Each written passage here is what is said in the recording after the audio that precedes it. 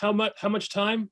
You know, I would say between live on 20 and 25, if you can. So we have time for at the end. Is there a oh discussion yes, at the end? of course. That's why I want to save time for discussion. My fellow Nick Khan, who I'll introduce, will show you guys one case of ours for your discussion. Then we'll ask the audience to weigh in. Pipeline. I would just recommend a pipeline for that case. I'm gonna be the first one to say it. Sorry. Absolutely. And it may well be what we did. You never a web. know. Sorry, web. I'll do a web. Okay. With a robot. With a robot. Yeah, but you need the exoscope to really see it well. Now, whatever it is, are we streaming it on Netflix live? You're funny, Pascal. I hope you have some good wine there, Pascal. Oh yeah, the wine cellar is next door here. Yeah, well, I just want to be a visiting professor again so I can come join you again. Yeah.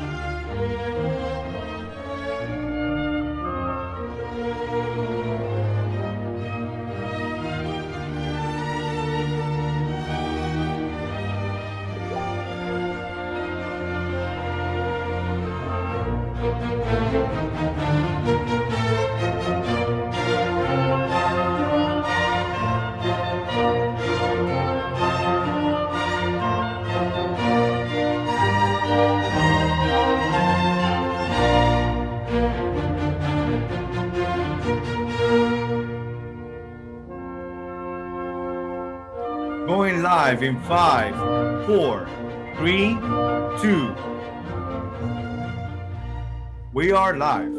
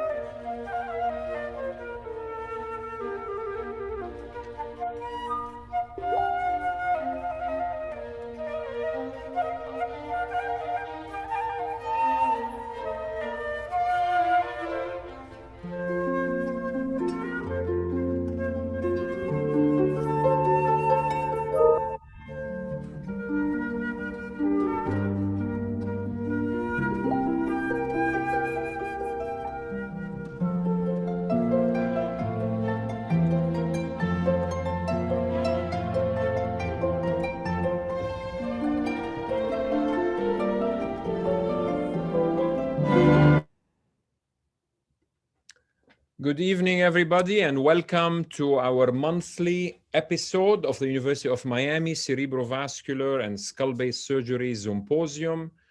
I remind you, it will be every third Thursday of the month at 5 p.m. Eastern Time. It'll go until about 7 or 7:30, depending on how much excitement is going on in the session.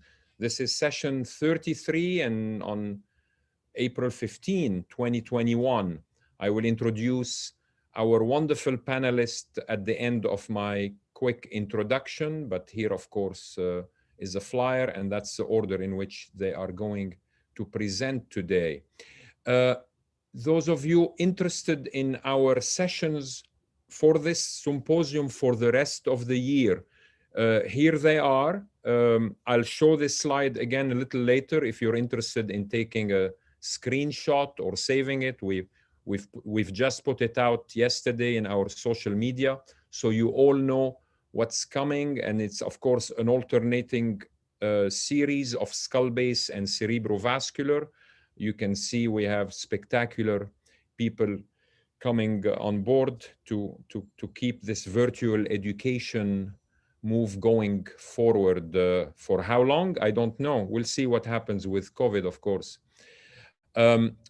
Nick Khan will be joining us, my current fellow and the future superstar, going back to University of Tennessee in Memphis. He will join us on every one of these sessions to present one case from our institution to the panelists, and today is no exception.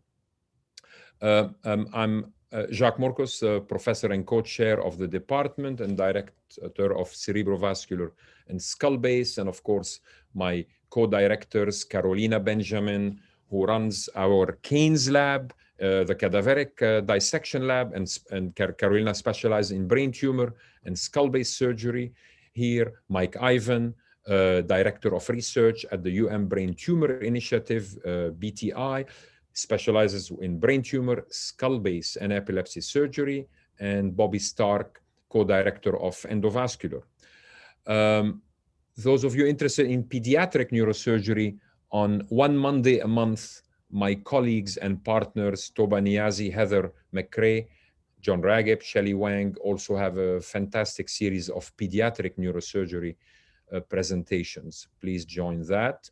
Mike Ivan, my colleague, and the rest of us runs also a very successful Miami Global Brain Tumor Symposium on the first Wednesday of each month. May 5th, the next month, he has a very nice combo presentation with surgeon's log from North American Skull-Based Society and our neuro-otology colleague Simon Angeli here, and his fellow Scott Brown, along with Luis Borba from Brazil on glomus jugulare tumors. So please don't miss that. Regarding this symposium next month, May 20th, we have Danny Prevedello, Mustafa Bashkaya, Amir Dedashti, and Sebastian Frolik. Of course, it'll be skull-based topics, and you can read these exciting titles of the lectures for yourselves in blue. Thank you to the team that makes these educational events possible. Here they are all, and particularly Ignacio, who runs actually this webinar here. This is a link. Those of you who want to watch previously recorded sessions, we have a bunch now on our YouTube channel, on our University of Miami website. This is a link in the yellow box, and you can reach out to any of those emails. You can reach out to me for questions, my email, or on my Twitter account, or there is a departmental Instagram and departmental Twitter account. Unlike last year, this format, I decided to do it a bit differently. As you can see, 4 international known speakers every month on a CV or skull-based topic, 20 to 25 minutes each. Then Dr. Khan will present one case for discussion by the panel. And then, of course, the most important thing is listening to you, the audience. So please submit your questions in the Q&A box.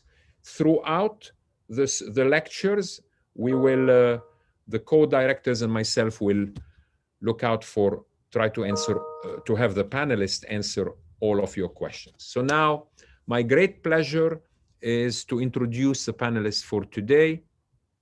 Paul Camarata has been my good friend from the early 90s. We did residency together, University of Minnesota. Of course, Paul is chair at University in Kansas City.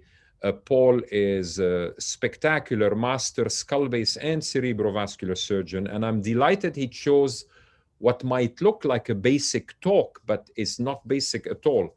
The mastery of splitting the Sylvian fissure and how to approach vascular and paracellular lesions. So I'm looking forward myself to listening to what Paul has to say. Second speaker will be David Langer, again, my friend for many, many moons, certainly more than 20 years. David is probably better known to all of you. Well, if there were a lay audience today, we would say better known to all of you as the star, one of the 2 stars, at least 2 neurosurgical stars from Lenox Hill Hospital, very popular Netflix series. And if you want to catch the humanity of this man, just watch that series. This is exactly how he is, with his patients, with his friends, and of course, he's a master cerebrovascular surgeon and endovascular as well. And now innovation doesn't scare him. And I remember him bringing to the US kind of the ELANA project of bypasses, and he's always thinking outside the box. And of course, now today he's going to talk about exoscope surgery for vascular neurosurgery, and he believes that future is now. So we're looking forward to that. Giuseppe Lenzino, I remember him when he was applying for fellowship and actually looking for a job at the beginning, and you could clearly see a star in the making from those years ago. I think Giuseppe is clearly one of the most academic and probably published neurosurgeons in the world. He is one of the most thoughtful people, and of course, extremely busy vascular, both open and endovascular. And his talks are always a gem because he puts a lot of thoughts into them. And today he's going to show us and talk to us about this very complex and vexing problem of dural AV fistulae that are, of course, usually amenable to both open but predominantly endovascular. And again, looking forward to that. Last but not least, my compatriot, Pascal Jabour at Jefferson. Pascal is a dynamo, is an energetic hurricane, and of course he's my compatriot from Lebanon. And Pascal is just an incredible force of nature in vascular, both endo and open. Again, an innovator who's not afraid to push the limits of state-of-the-art things. He's done it in many fields, particularly within endovascular. And today is no exception. And unfortunately, he's not going to talk to us about his real expertise, which is wine aficionado, but he can give you lectures about that and teach us a lot about this. He's going to talk to us about the exciting world of neuroendovascular robotic, again, a new frontier. So again, if you wanted to capture this slide for the future planning for the rest of the year, here it is. And I've spoken enough, and I now will stop sharing, and I invite Paul Camarata to share his screen, unmute his microphone. And Paul, the floor is yours. Thank you very much. Can you hear me, Jacques? Very well. All right. And I should be on my first slide right now. Does that look good? Looks great, Paul. Fantastic. Thank you so much, Jacques, for inviting me to be a part of this. Really is a wonderful educational opportunity that you have really been at the forefront of over this pandemic and last year, and I appreciate being a part of it. At the end of this talk, the title of which is Splitting the Sylvian Fissure, a Necessary Skill to Approach Vascular and Paracellular Lesions. At the end of the talk, I hope that you will understand the reason that I think it's imperative that you learn the technique, that you use it on as many supratentorial lesions around the skull base as you can. And by the end of this talk, I think you'll appreciate the forest analogy here from these aspens you see in New Mexico. I'll give you a brief outline in a moment of the approach. We'll talk about the anatomy, but I really wanted to impress upon you the wonderful view, the wondrous views and amazing vistas that you see when you master the technique of completely splitting the Sylvian fissure. And I have to tell you, it's something I did not learn as a resident. I hope that my residents now are learning this, but when I was a resident, we were taught to put a couple of retractors on each lobe, frontal and temporal lobe, like opening a book was the word used. And then you would gently split the Sylvian fissure. So I learned this since my residency by watching people like Jacques, like Giuseppe, like David, by reviewing videos, by traveling and seeing the way other people did this. So there are also, I want to impress on you that there are obvious lesions that this will be used in, the middle cerebral aneurysm, the insular tumor, but there's a lot of not so obvious lesions that you can use this on, and that's what I'll talk about. So again, some brief historical notes, anatomy, the principles of the approach, the technique, and give you some examples. Now, a little history, because I know Giuseppe and Jacques are interested in this. Galen first described the cerebral cisterns about the year 200 AD. And if your little icon or picture up here is not covered by the Zoom panel as mine is, you'll see that Galen has a monkey next to him because he was experimenting on primates. He was a Greek who was in Rome at the time and took care of the gladiators, really. So he described terrible brain injuries. Veroli was the first to describe the arachnoid membrane. And Vesalius, the famous professor of anatomy at, I believe, Padova, actually named the arachnoid membrane in 1670. In Vesalius's own book, De Humani Corporis Fabrica, he had this diagram. And if you look at the diagram here, he really just made the gyri random. You don't see a lateral fissure here. He said the gyri or convolutions of the brain are found with the same frequency over the whole surface of the brain. I think they could be perfectly compared to the clouds drawn by a school child. We now know that is obviously not the case. Well, who did discover the sylvian fissure or the lateral sulcus? Well, leave it to the Italians who discovered blue jeans, the piano, espresso, newspapers, wine, some will say. Who discovered the sylvian fissure? Well, the Italians wrote an article here 13 years ago. It was first identified by Fabrizio d'Acquapendente, Fabrici of the Hanging Waters, or the city Acquapendente. And it turns out he was a chairman of anatomy and surgery at Padova, also like Vesalius, following him.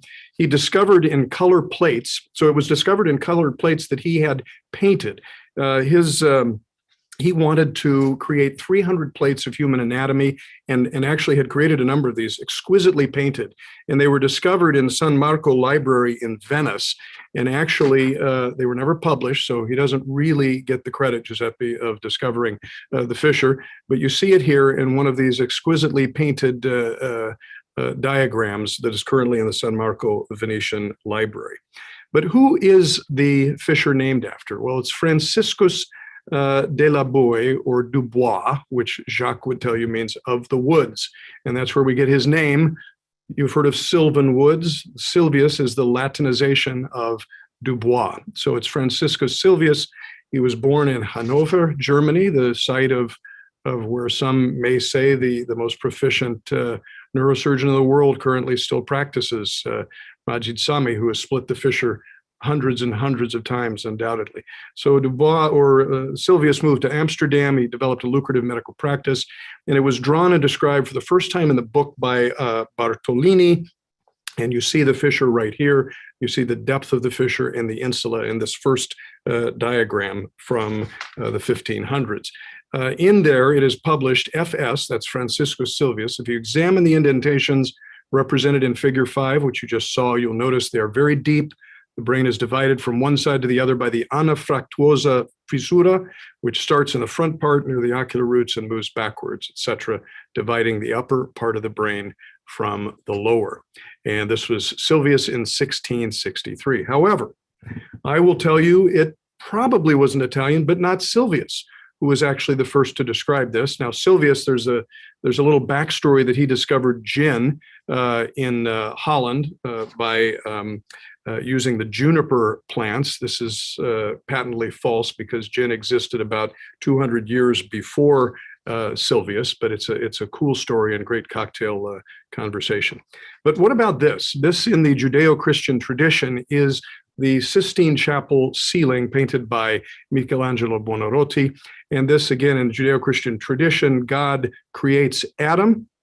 And you will notice, and others have noticed, that looking at God and the cherubs and figures around him and the veil, that he looks like a sagittal section of the human brain, complete with the medulla oblongata, the pituitary stalk, and indeed the cincture, the little belt that he wears around his waist, which is coincident with the sylvian fissure. And this is probably not God creating Adam, as it's been called, the creation of Adam. Adam's eyes are open, the fingers are not yet touching, but rather God giving reason to Adam. So perhaps discovered, or at least placed in art 150 years earlier by another Italian, Michelangelo. But we know it mostly now, as from in modern neurosurgical terms because of Professor Yazergil. And in fact, one of his students has actually published an article, Professor Aden, called The Yazergil Highway in Neurosurgery. So the Sylvian fissure was popularized in the approach through the Sylvian fissure, the Transylvian approach, by Professor Yazergil. And I would encourage you, I had a copy of his book here, but I don't have it at the moment, just to show you any young person who is starting out and really wants to get a great example of what the cisterns look like and to describe microsurgical dissection techniques, approaches to aneurysms, et cetera, to get your hands on a copy of Professor Yazergil's book. Yazergil noted that all fissures are not alike. Some are very patulous like this, where you can look through the arachnoid and actually see the arteries, and others are stuck together like this, where the arteries are buried beneath the frontal and temporal lobes, where the frontal lobe indents the temporal lobe slightly, or the temporal lobe indents the frontal lobe. Yazergil said, in principle, it would be ideal if the brain could be left completely undisturbed while the dissection and clipping of an aneurysm was carried out.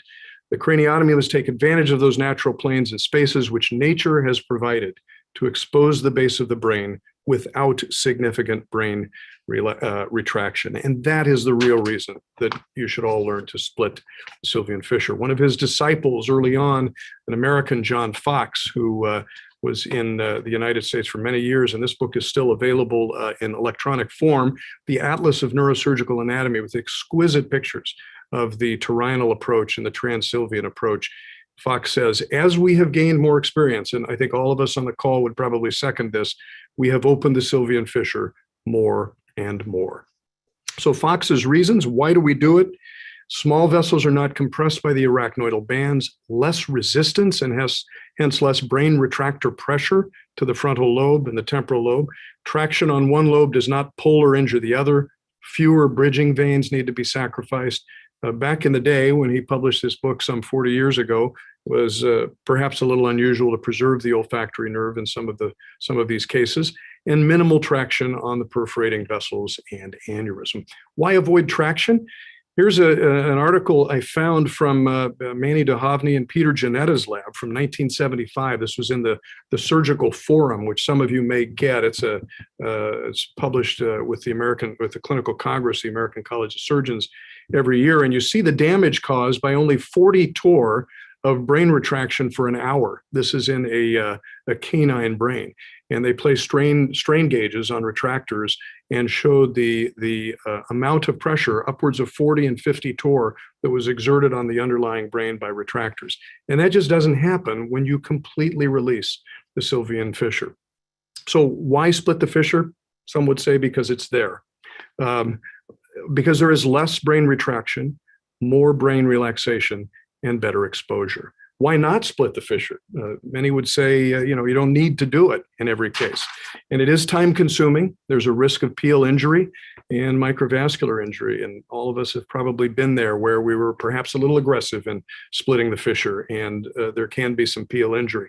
And so there is at least a concern, but I believe the benefits vastly outweigh the risk of complications if done properly. So an article just came out last year talking about how the Sylvian fissure is actually formed in embryology. You start out with a flat area here in blue in the 24-week-old fetus, and then as the brain grows, the Sylvian fissure decreases inversely, unlike other sulci and gyri of the brain, which grow in a direct proportion in embryogenesis. So this is Roton's exquisite picture, diagrams and dissections of the Sylvian fissure. How much to split the fissure? That is the next question.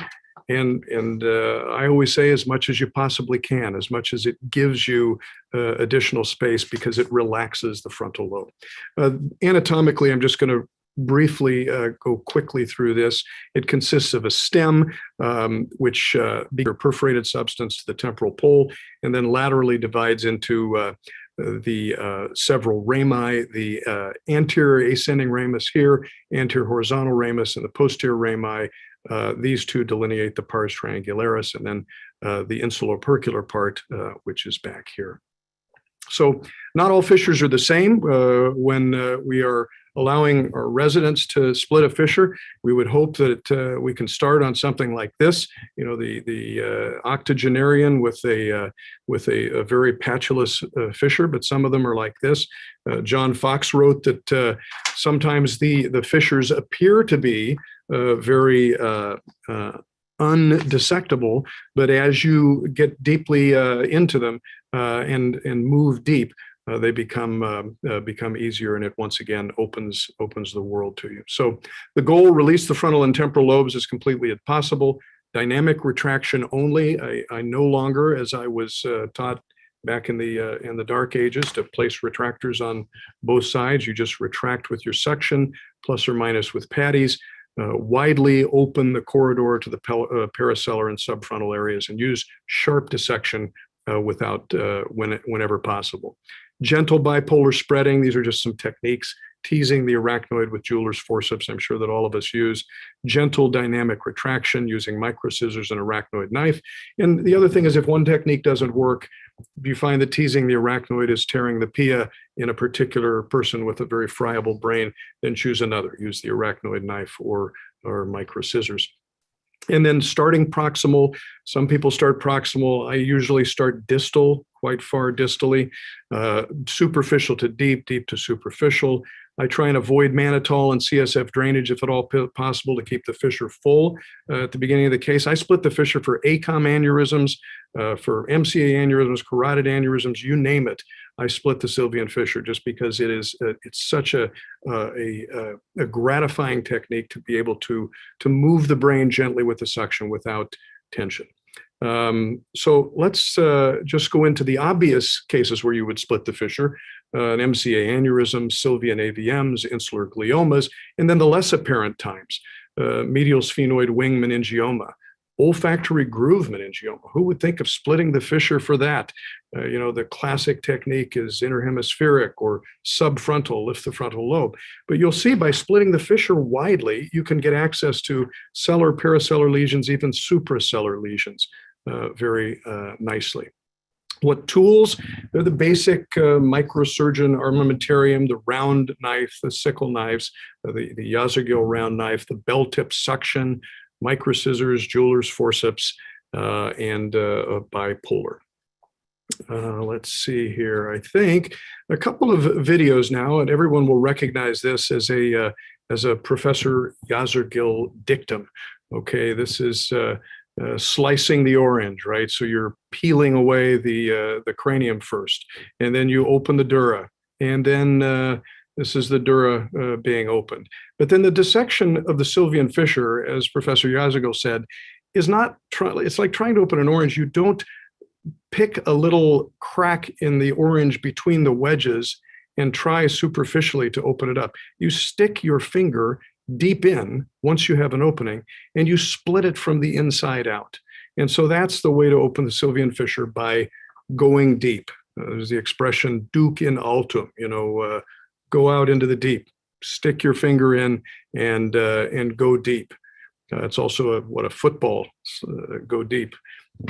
So this is a case from a number of years ago, and I'm really not going to show you the case itself or the ultimate outcome. It was an approach, I think, to a paraclinoid, ventral paraclinoid aneurysm. But just starting on the frontal side, this is frontal, this is temporal, using the arachnoid knife. This, I didn't have a bell tip suction available. It's all I use now. So you get an entry. And you saw when we started, there wasn't translucent arachnoid. But then once you find an artery such as this, you go deep. And you go deep with the bipolar. You go deep with the suction, and gently tease the arachnoid. If there is a vein, a micro vein that you have to sacrifice, it's okay. But you'll see the arachnoid strands holding artery to artery, artery to vein, brain to brain, all kinds of different connections. And they require different techniques to release them. So this was getting down near the optic nerve and the carotid artery, going over the olfactory here. And I don't think I'll go any farther other than to show you that the Sylvian fissure, as you can see, is very nicely relaxed. And you say, well, why would you do an ACOM aneurysm this way? You're nowhere near the anterior cerebral artery if the thing ruptures. Well, you do it right. It doesn't rupture.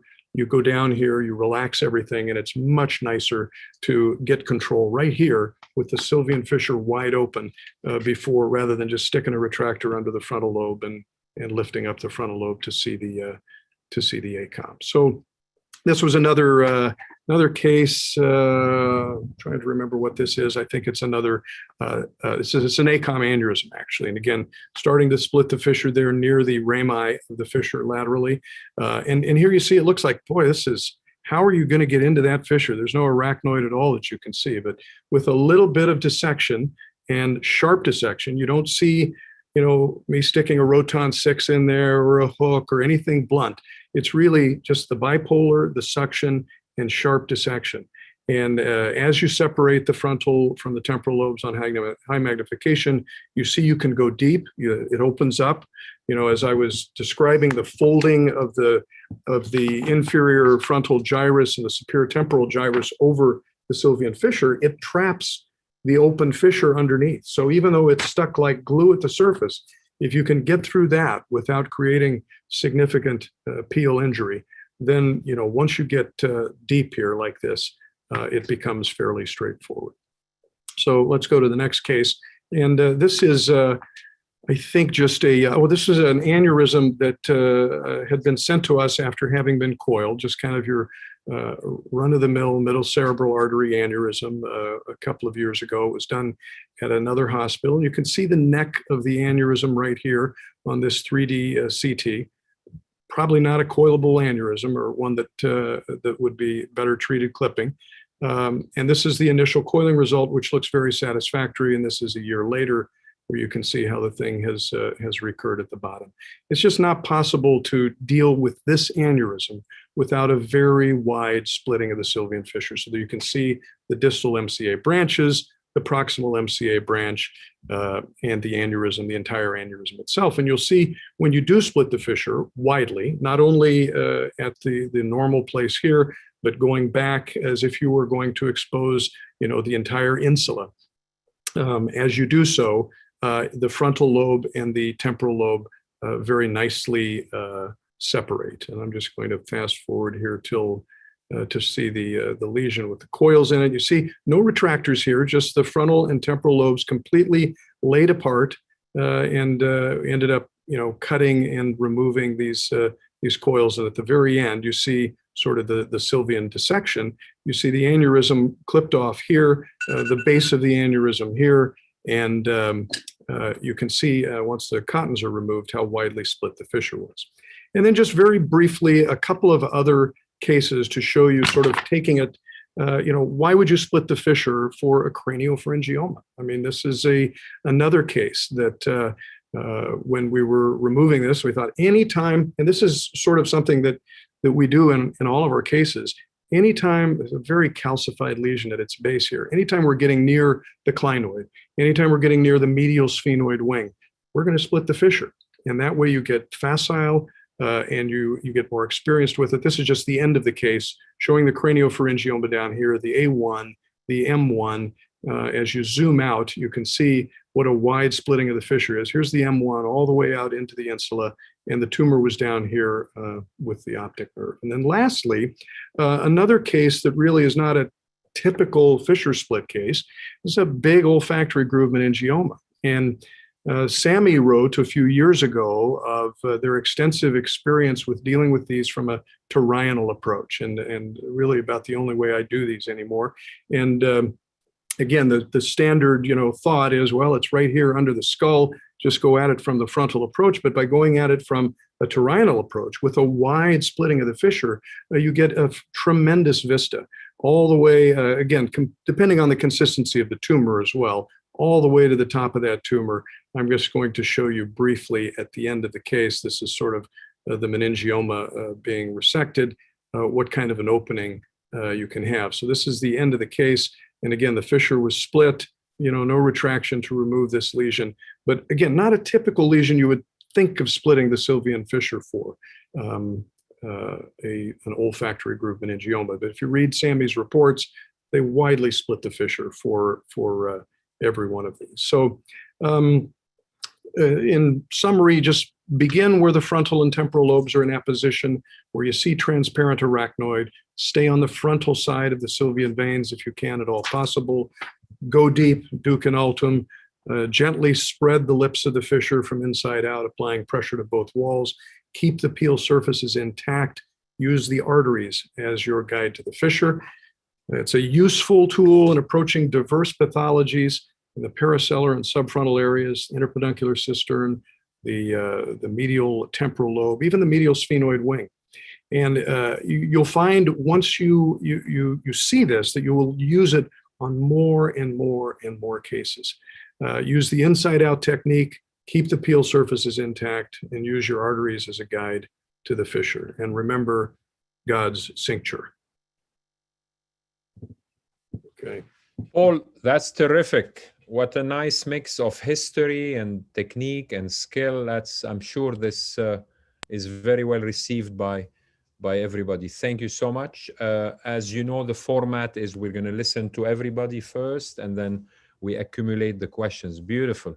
So now let's hear from David, who I guess David is going to say you're doing it all wrong, Paul, because David says he probably has no role for the microscope anymore.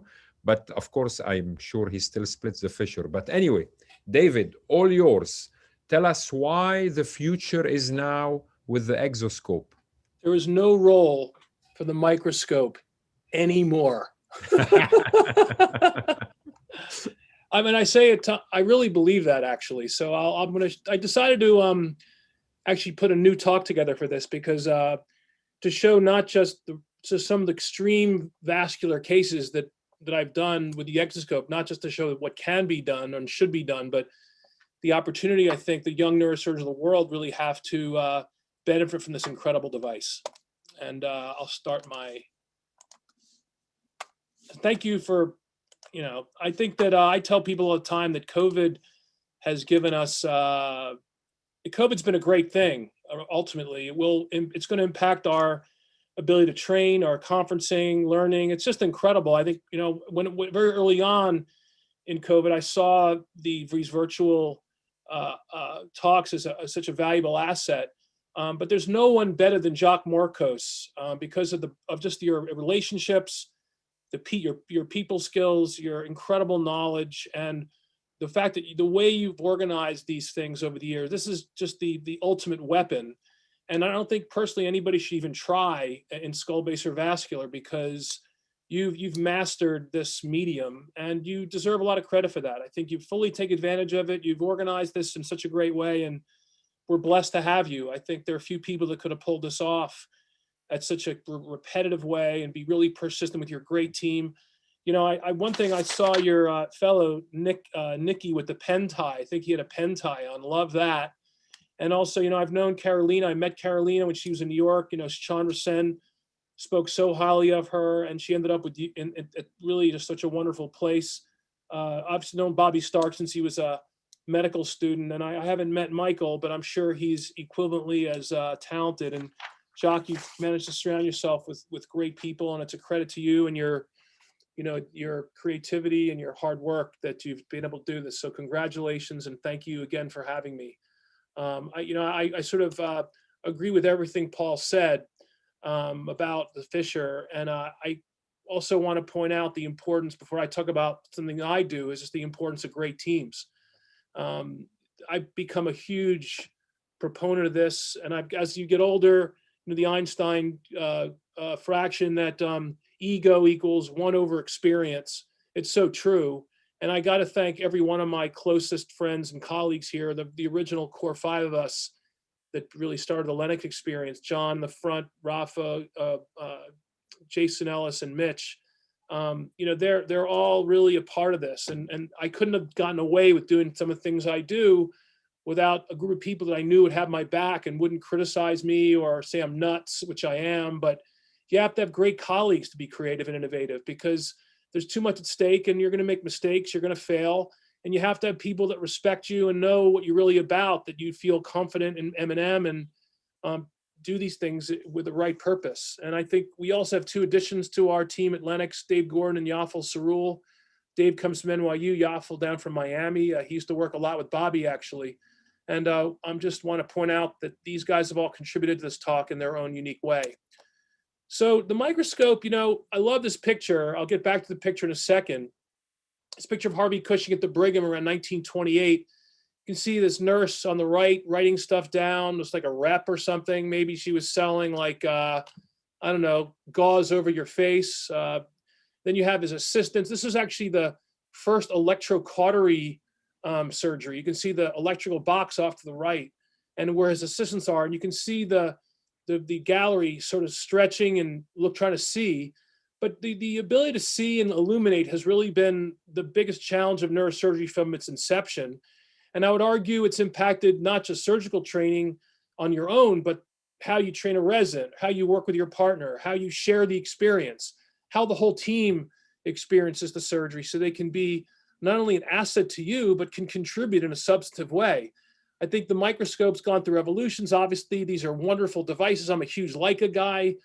I have my own preference. I used to have my own preference with these devices. I think they're wonderful instruments. Take nothing away from the beauty of them. But, frankly, there hasn't been that much that's really changed about the essential optics and illumination, probably in about 10 or 15 years. What's gotten better is some of the dyes and the stains and the different, UV cameras, like the computers these become big computers, robotics. I don't think the robotic aspect of the Zeisscope has really accomplished all that much. And in fact, I think this is the device I use, but what does that leave us? There are multiple exoscopes and there are multiple options for the neurosurgeon. So how do we sort of wade through this? Because I do think I've not used a microscope by choice in 3 years. I've had got the Olympus exoscope in my shop in end of 2017. I've not used the microscope by choice. I've had to use it because the exoscope wasn't available or as an assistant, but I haven't used the microscope in 3 years as a choice. And there's a reason for that. I just think this is a uniquely better instrument, and I will try to explain why. Microscopes were introduced really not until the 80s. Gene Flam, who taught me to use a microscope, was a Yassergill disciple, brought the microscope to New York City in the 1980s, actually. Pete Janetta is a story of Janetta wheeling a microscope around LA with Bob Rand, trying to do microvascular decompressions in the 70s and 80s. But like I said, there's been no real quantum shift in the actual essential microscope technology for quite some time. What we're seeing now is these add-ons, the recording, ICG, ALA, navigation, robotics, digitization. The scope itself is basically the same. In fact, I think sometimes we take step backs because we have to increase the size of the head because of adding these new technologies. And I really believe that we're sort of at a fixed state with the current microscopes. This is what a room looks like now. In our room, this is an aneurysm operation. And I think what's so cool about this is when you come back to the Brigham in 1928 and compare it to Lenox in 2018, so 90 years later, you have this person writing stuff down on the left. That's a rep who's writing something down. I don't know, I like that nurse or that rep in the Cushing picture. But instead of the view, the gallery looking over their shoulders and trying to squint to see something, you have our gallery all wears 3D glasses and seeing what the surgeon sees, not to mention the OR tech and my assistant. This is just only one small benefit for the room. And the beauty of this thing and the gestalt and the environment and the immersion that everyone feels when this is set up properly. We wrote about a review of the current platforms. This came out in operative neurosurgery back in 2018, the end of 2018. I had about a year's worth of experience. I hadn't tried all the scopes yet, but I've made a real effort to try each one. On the upper right is using the Synaptive with the voice activation. On the left is I just recently tried the EOS, and I actually, on the bottom is I brought 2 exoscopes into the case. I did this with Synaptive also, with 2 screens, the EOS, and here was the EOS screen on the left and the Olympus exoscope screen on the right.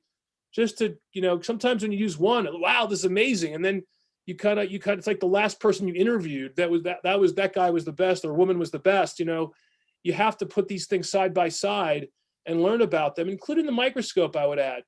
Each one of these has its unique advantages. I don't think any of them are bad devices, but when you go to look at an exoscope and think what's the best one, since we're talking about vascular and skull base, I think your specialty matters. What you're doing, are you doing spine, or are you doing, deep cavernomas of the thalamus? What's your operation you're most likely to do? I think the optics matter.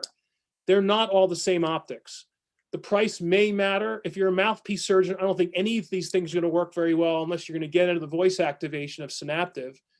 Navigation may or may not matter to you. The company culture, each of these companies has its own culture in the way they engage neurosurgery. I think Olympus is new to neurosurgery. The AOS with Escalab's old to neurosurgery, and Synaptive is relatively sort of in between. And then how the assistant experiences, how the room experience, all these things matter. And for that reason, each of these devices has its own strengths and weaknesses. So what I thought I would do, I've done, this is about up to almost 300 cases now. I've done, everything in vascular with this. And, I thought I would just show quickly, just some quick videos of what this looks like. I think there are huge benefits. The surgical ergonomics are extraordinary. I'll show you a sitting case. I'll show you why. The size of the scope is with the exception of the Synaptive and the AOS are larger. The footprint of the Olympus is incredible where you can put it and how you position it. It's much easier to sterilize. The nurses, you don't run into a nurse that can't do this or can't figure it out. The education for the room is extraordinary. Also for your fellows, I constantly take in ideas and thoughts from everybody in the room because they're seeing what I'm seeing. One of my fellows saw when I'd open up an anastomosis, when I'd did an arterotomy, I got a hole in the back wall. I didn't see it. He saw it. And that never would have happened with the microscope. It's just too uncomfortable to sit there and concentrate the whole time with your neck bent over and you're in 2D. And so now I have a much more open operating room. Everybody contributes and offers their perspective, which is really wonderful. Also, navigation can be incorporated very simply, whether it's non-integrated with a picture-in-a-picture with the Olympus or the full integration with Synaptive. They also have, because of the nature of exoscopic digitization, the field of view is larger and the working distance is greater. So you don't have to refocus as much. And I really believe it's an unparalleled operative view. There are nuances. You have to worry about screen placement, and the concept of sight lines comes into play. You have to worry about the surgical sight line, the assistant sight lines. I had to radically change the organization of pretty much every type of surgery: prone, supine, left, right, spine versus a carotid. You have to almost readjust where everybody sits and where the scope is placed. And there are variabilities to this that you can work through. And I think all these things matter because you can't just walk in as a microscopic surgeon and just expect to pick this up and figure it out and love it. Unless you go through this or have somebody helping you and telling you what they did. Neurosurgeons tend to really believe in themselves. There's a certain amount of cultural ego, and it's not a bad thing.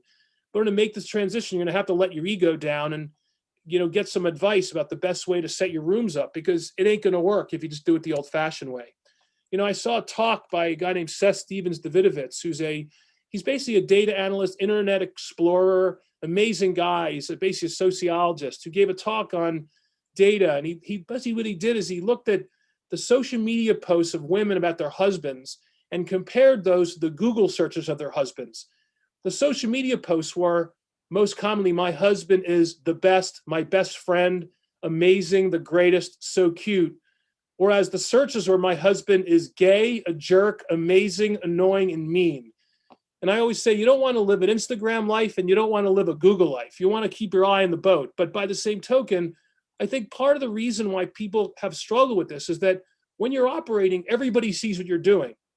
You can't lie. You can't hide behind the microscope. That when it's open, if you screw up, everybody sees it. And you have to be confident enough in yourself to allow people into your world. This has an amazing impact on medical students.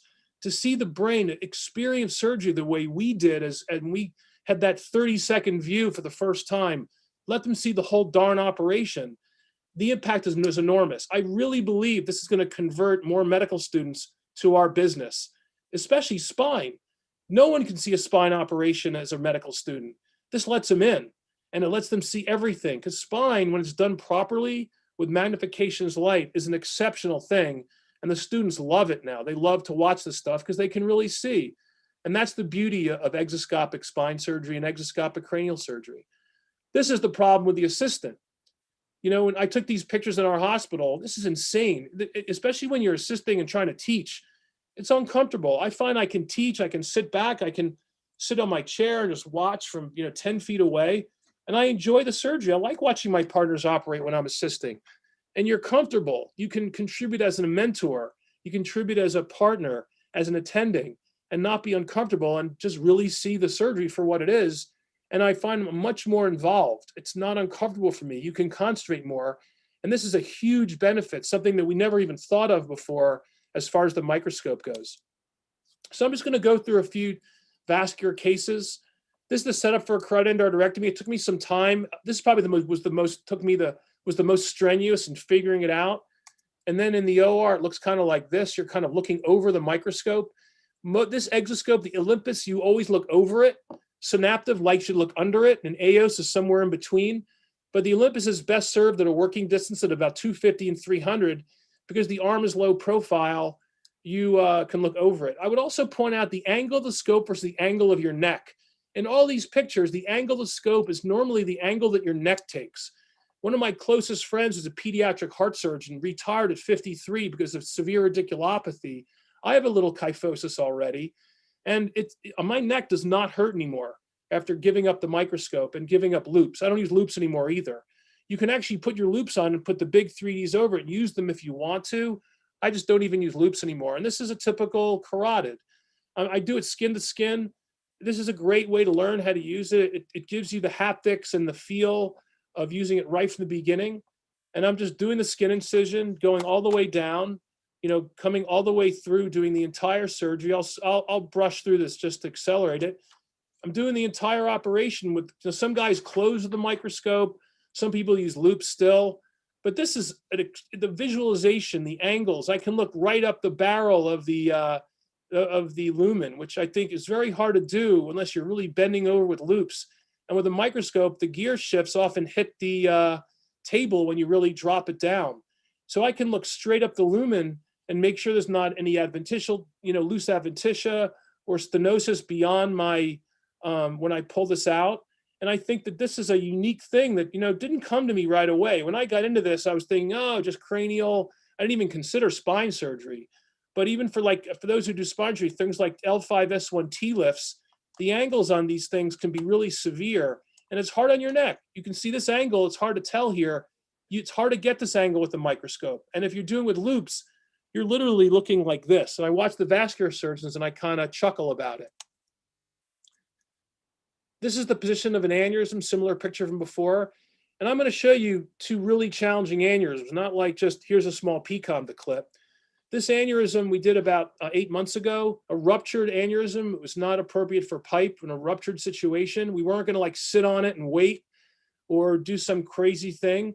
It turned out there's also a trigeminal artery here for those anatomists. This was the 3D. It had a really narrow neck. I thought this could be clipped. In general, we're going to treat these with interventional approaches, but in acute setting, I think that sitting on this and letting it cool off and putting pipes in, not going to happen here.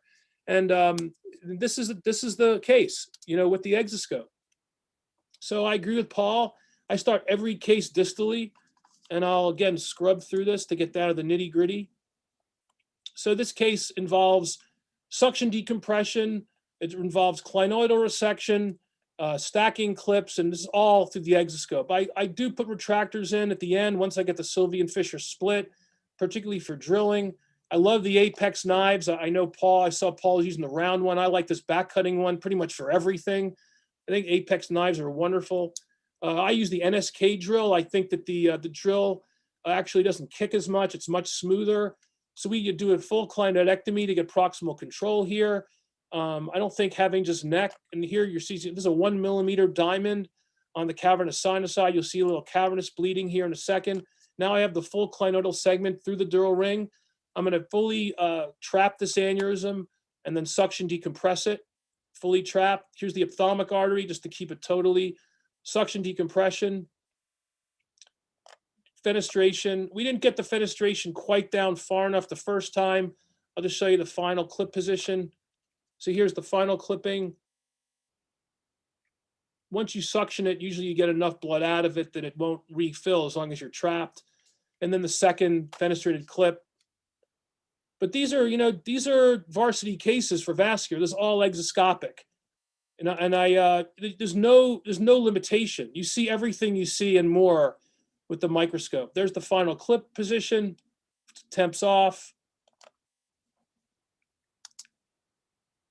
Final clip.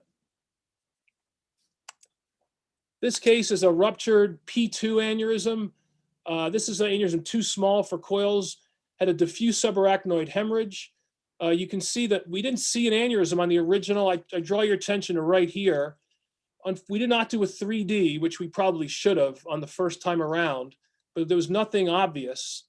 We repeated the angiogram at day 6. There's really nothing back there. On the day 6, if I draw your attention to right here, the double density, again, it's just, there's nothing we obviously can see, but here's day 1 and here's day 6. We did a 3D, and this is the aneurysm on the back of the piece of the P2, basically, the P1, P2 junction. Exoscope, this case was done with the exoscope, like no problem. And here's the same thing. It's an OZ, splitting the Sylvian fissure widely, as Paul mentioned. Again, I opened the lamina terminalis for CSF control. Now I'm going to show that this actually ruptures. I've got the PCOM, that's the P2 here, third nerve. The aneurysm is down in here.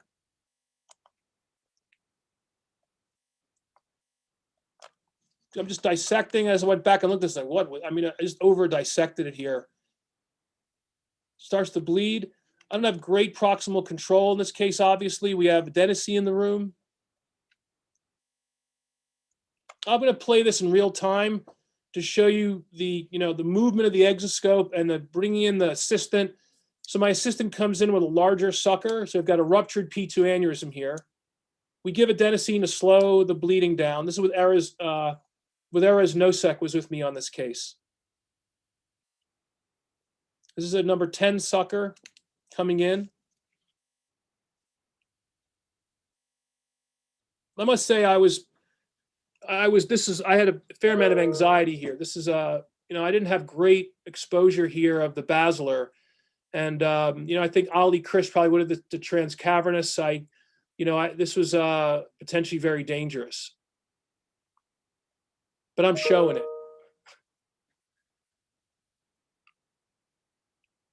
So there's no editing here. This is real. So I'm coming in with I knew where I had to get the clip, have a long, straight Sugita clip. Now watch, I'm able to key my left hand in, and if I'm a mouthpiece surgeon, I know you guys laugh, you can move with your mouth. I'm coming out with a clip, gonna move the exoscope with my right hand.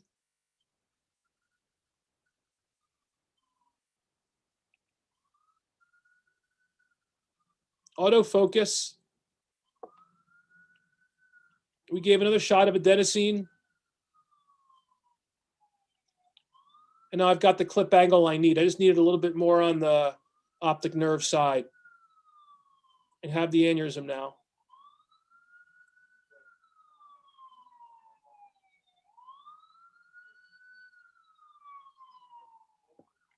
And we were done. Doppler, etc. No stroke. Patient did well. That's the final post-op angiogram. You can see where the clip was. Bypass, I obviously love doing bypass. I thought I'd show some tricky ones.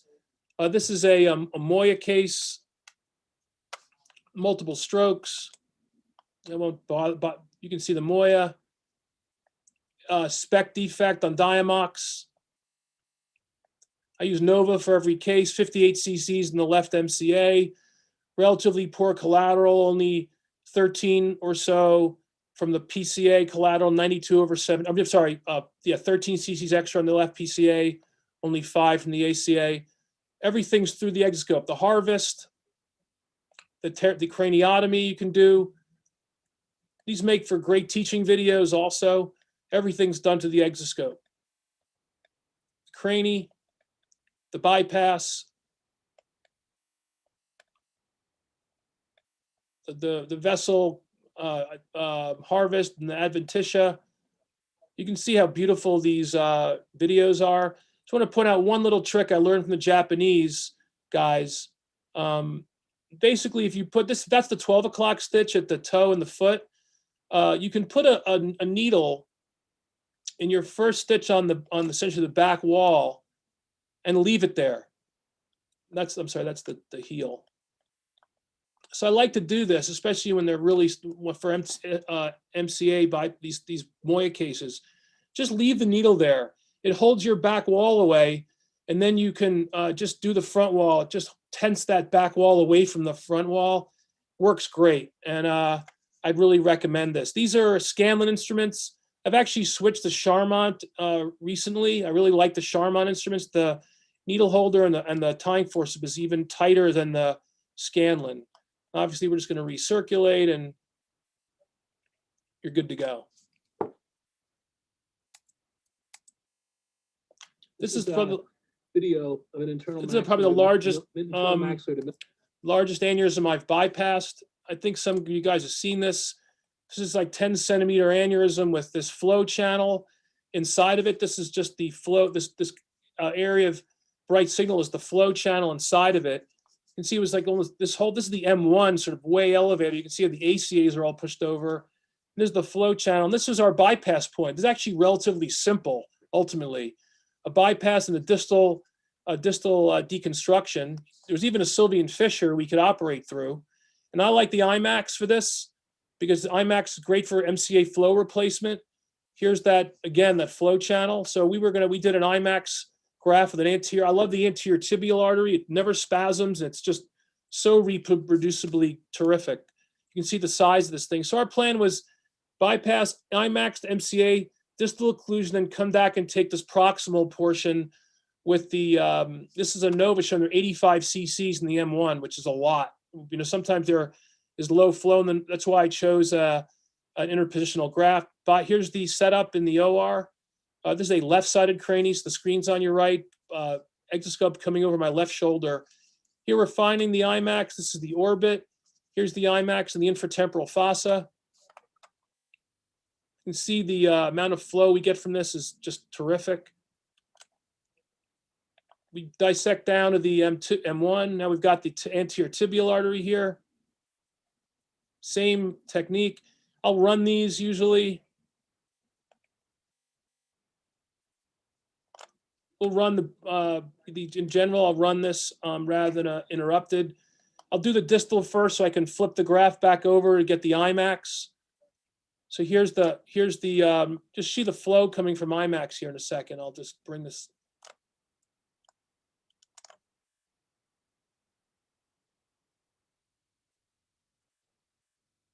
So you clean this. I had to fish mouth IMAX a little bit here because it was about 2/3 the size of the interposition graft.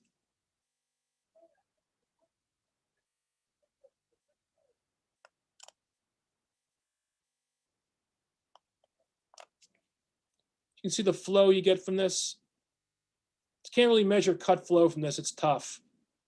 But I have it, they're almost uniformly, 50 cc grafts after putting them in, at least. So now I'm just going to go end to end here. You can see the visualization with this. The reason why this is so great is it's so shallow to operate. You're not in the neck. So it's like this is easier than pretty much any anastomosis you'll do, just because I'm using jeweler's forceps for this. I'm really short. So when it's all done, the great thing is with this, everything's in your operative view. You're not down the neck and assessing the graft the neck. And I'm just going to quickly put a permanent clip on the distal M1, the distal MCA here. It's just a permanent straight clip to put demand on the graft.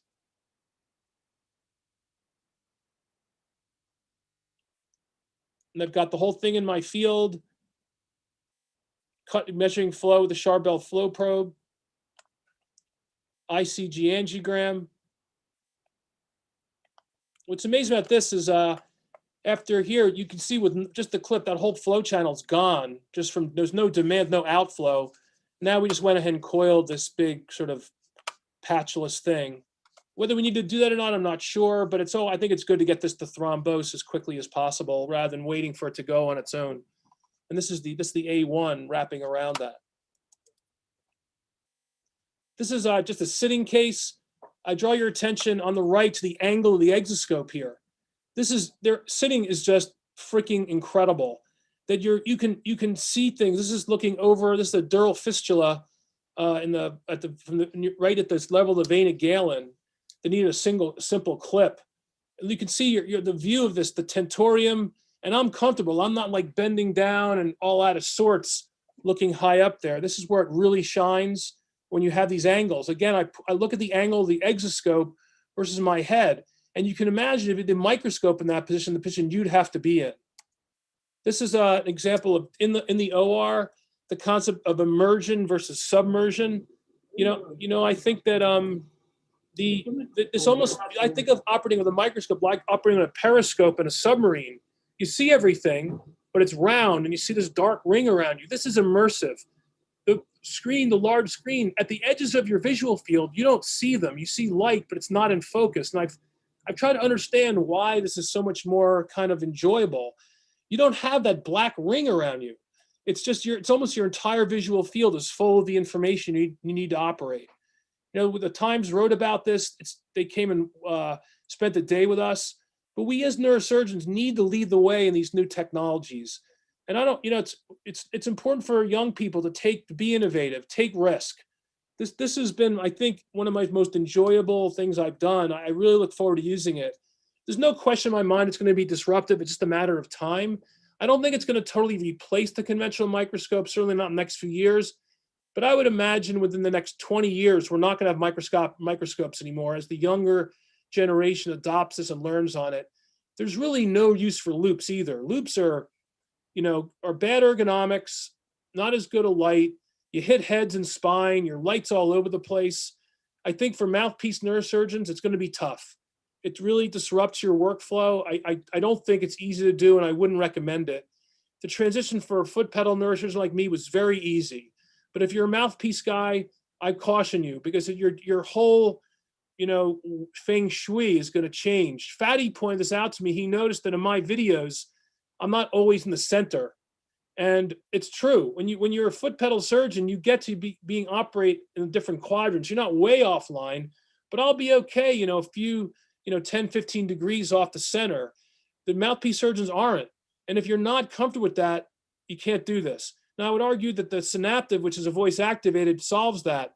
But after you use it, the voice activation is very cumbersome. I found myself talking to things is not what you want to do while you're operating. You get into your zone. You don't want to start giving things voice commands. I don't think voice commands are going to work. I think the future is probably following instruments or something like that. So it's a little bit more, we're still, I think, a few years away from that technology. I think it has application in other fields. It's a major improvement in teaching and communication, massive. And it's a greatly improved visualization for navigation. So that's it. I hope I didn't go over time too much. Once again, thank you, Jacques, for this opportunity to speak, and appreciate all you do for our great specialty. Keep going. We all cheer for you and love you and appreciate who you are in our business. So thanks again. Thanks, Dave. This was, again, terrific. And I am sure you're going to generate a lot of interest and hopefully lots of questions from the audience. Exciting stuff. And we can talk about it perhaps later at the end. Beautiful, beautiful cases too. Giuseppe, you're up now. David, if you could stop sharing the slides. Now, Giuseppe's going to, for something perhaps a little different, is going to talk to us about his vast experience with intracranial dural AV fistulae and perhaps a multimodality approach, or perhaps endovascular. We're going to find out. Thank you, Jack. I like to echo what has been said. Congratulations to you and the Miami team, and thank you for having me. I like to briefly discuss some few cases to really exemplify and bring the message that especially with dural fistula. But nowadays, for most of the things we do in cerebrovascular, the fact that we have different tools, different way of fixing the same problems really has shifted a lot of the importance to the decision making and the choice of the strategy. Now, with the dural fistulas, a lot has changed since my predecessors, less than 40 years ago, published really this landmark paper. And if you read this, you will be surprised to find that actually there were a couple of cases of patients that died because of blood loss during the surgery. And you can imagine some of the most complex fistulas in those days with no endovascular techniques, and the understanding of this pathology was not quite as advanced as is today. You can understand how that could have happened. Now, when we think about the factors that affecting our treatment in dural fistulas, well, symptoms, type, and of course, presence of symptoms, the angioarchitecture of the fistula, and the location. And also, often these factors are all connected to each other. And as I said, when you have different therapeutic options, it's great because you can really tailor your approach, but it can also be dangerous if you, for whatever reason, you constrain yourself to one particular strategy and you ignore the other. And when we think about, in very simple terms, what drives the choice, or what should drive the choice of our therapeutic modality, as far as I'm concerned, safety comes always first. And then I look at the modality that is the most effective. And then nowadays, there is no question that how invasive that modality is as important as our patients are often not often, but they do have a very important role in the decision making. So as I said, I'll use a few case examples, and then here and there, I will discuss a few basic concepts. So this is a classic, straightforward case, 69-year-old with the history of progressive neurological symptoms, no history of hemorrhage. So here the issue is her age, and you can see that on the MRI, you see this sparse, dilated vessels that indicate most likely this patient has a fistula. This is a lateral tentorial fistula, and you can see that there is a venous varix along the petrous ridge at the level of the dura. And the other thing to remember here is that, yeah, these fistulas, it's true, they are different from each other in terms of symptomatology, angioarchitecture, but at the end, if you can understand the anatomy and decodify in relation to different locations, they tend to be fairly similar and often relatively simple. So in any case, here is the angiogram, external carotid artery injection. So as I said, the key here is that this patient is 69, and actually she was referred to us after failed embolization elsewhere, but this was really a very difficult angiogram, and she has vascular risk factors. The other important observation here is that you can see the fistula, everything seems to converge in that to this venous pouch that we saw on the MRI, but the main feeder is the petrosal branch of the meningeal artery, which also provides blood supply to the facial nerve. And here you can see the complexity of the fistula. But as I said, if you really decodify the anatomy, they are fairly simple to understand. And in this case, we didn't feel that embolization was a good choice. Number one, it was really, we really had a hard time to get a very good, stable position of the catheter. There is the issue of the petrosal branch and the implication for the facial nerve. And nowadays, we can use a lot of tools. Here is the expert CT based on the angiographic runs that basically it tells us exactly where is the origin of the fistula. And as I said, after you see a few, you can see a pattern, and this lateral tentorial dural fistula have a fairly typical anatomical location as well as appearance once you explore. So the fistula, you can see here the prior embolization. The fistula might look very complex, but at the end, once you decodify the anatomy, the treatment is rather simple. And as we know, the key is the occlusion of the proximal segment of the arterialized draining vein. And this lateral tentorial dural AV fistula have exclusive retrograde venous drainage. In the past, we used to say, if you look at Isama Wad classical systemic review published in 1990 in Journal of Neurosurgery, there were 30 out of 34 tentorial dural fistula that had presented with the hemorrhage.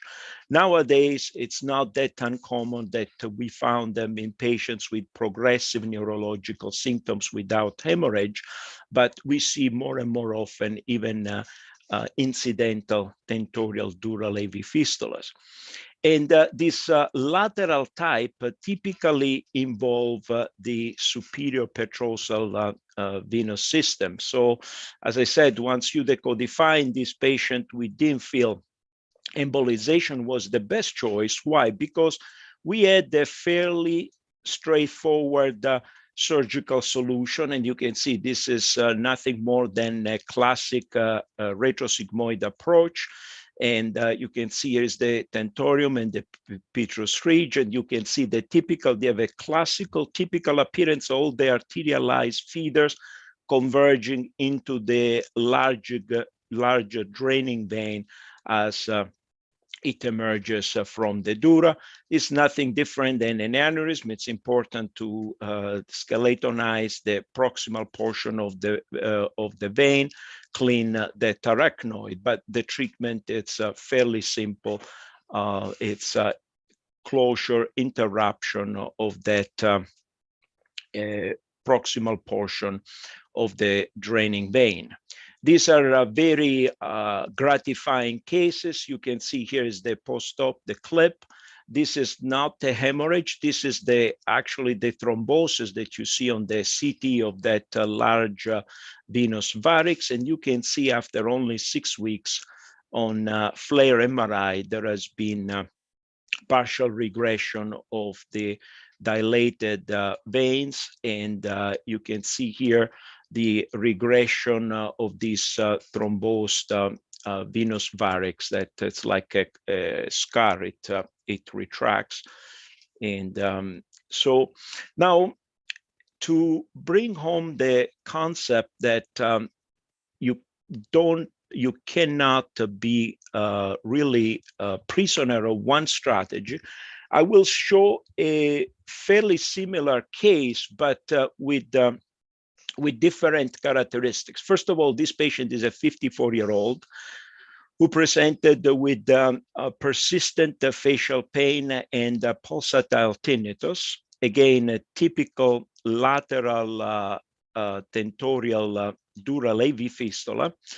Again, like in the previous case, most of the external supplies through the petrosal branch of the middle meningeal artery. And as I said before, you worry about the supply to the facial nerve, especially when you're going to use liquid embolic agents, onyx in particular, where you don't have a lot of control where the material might go. But unlike the previous case, which I said there was a very difficult angiogram in a patient with diffuse vasculopathy, in this patient, we were able, if you look the microcatheter on the right, we were able actually to almost to go from the feeding artery almost into the draining vein. So we were able to achieve a safe distal position of the microcatheter. And in this position, we felt very comfortable to embolize despite the feeding vessel being the petrosal branch of the middle because you easily feel that proximal portion of the draining vein, and now the onyx, it's in a retrograde fashion, closing some of those feeding arteries that go into that pouch. But you can stay fairly localized to the nidus and just the proximal portion of the draining vein. And here is the follow-up. So two fairly similar cases, but based on the age of the patient, the type of symptoms, and the fact that in one case the angiogram was very difficult, we knew we couldn't achieve a fairly safe distal position. We opted for one of the therapeutic options that are available. Now, this is another case that brings home a couple of other fairly simple concepts. Is a 52-year-old who presents with the progressive cognitive impairment. And here's the right external carotid artery injection. So this is pretty much I would classify as a sphenoparietal fistula. And you can see the cognitive impairment is related to the fact that there is arterialization of the superior sagittal sinus. So for the younger colleagues, whenever there is impairment of the superior sagittal sinus drainage, both sides of the brain tend to be, both hemispheres tend to be involved. And for some of these fistulas, typical are the ethmoidal dura-levi fistula, a dementia-like type of presentation can be the case. Now, this fistula looks fairly complex, but I will show you that it's actually fairly simple. The problem here is that, well, you could immediately say, okay, nowadays, so let's embolize it. Well, most of the supply is from accessory meningeal arteries. There are anastomosis here with the ophthalmic artery, external to internal anastomosis. The vessels are very tortuous, so again, not very easy to achieve a distal and safe catheter position. But the question is, why take any risk?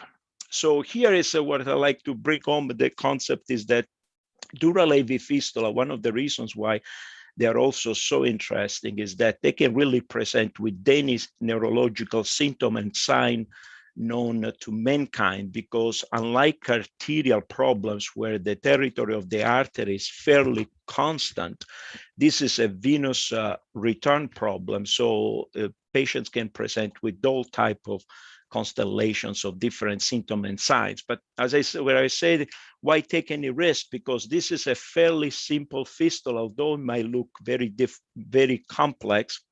And this is nothing but a terional craniotomy. You open the dura, you have drilled some of the sphenoid wing, and this is the dura overlying the sphenoid wing, and it looks terrible because, of course, there are those myriads of feeding vessels converging into this single arterialized, calcified draining vein. This is the Sylvian fissure, and then you can see that, as I said, it's just a matter of doing the craniotomy, opening the dura, turning the dura flap, and then you can see here is the Sylvian fissure and the closure of the fistula.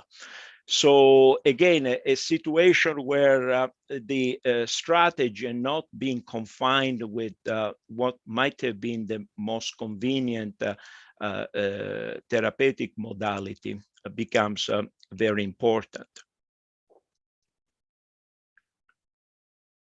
Now, here is, I like to show this case because it illustrates something that we do quite frequently here at Mayo, but I don't think it's common in many places. And honestly, I don't understand why.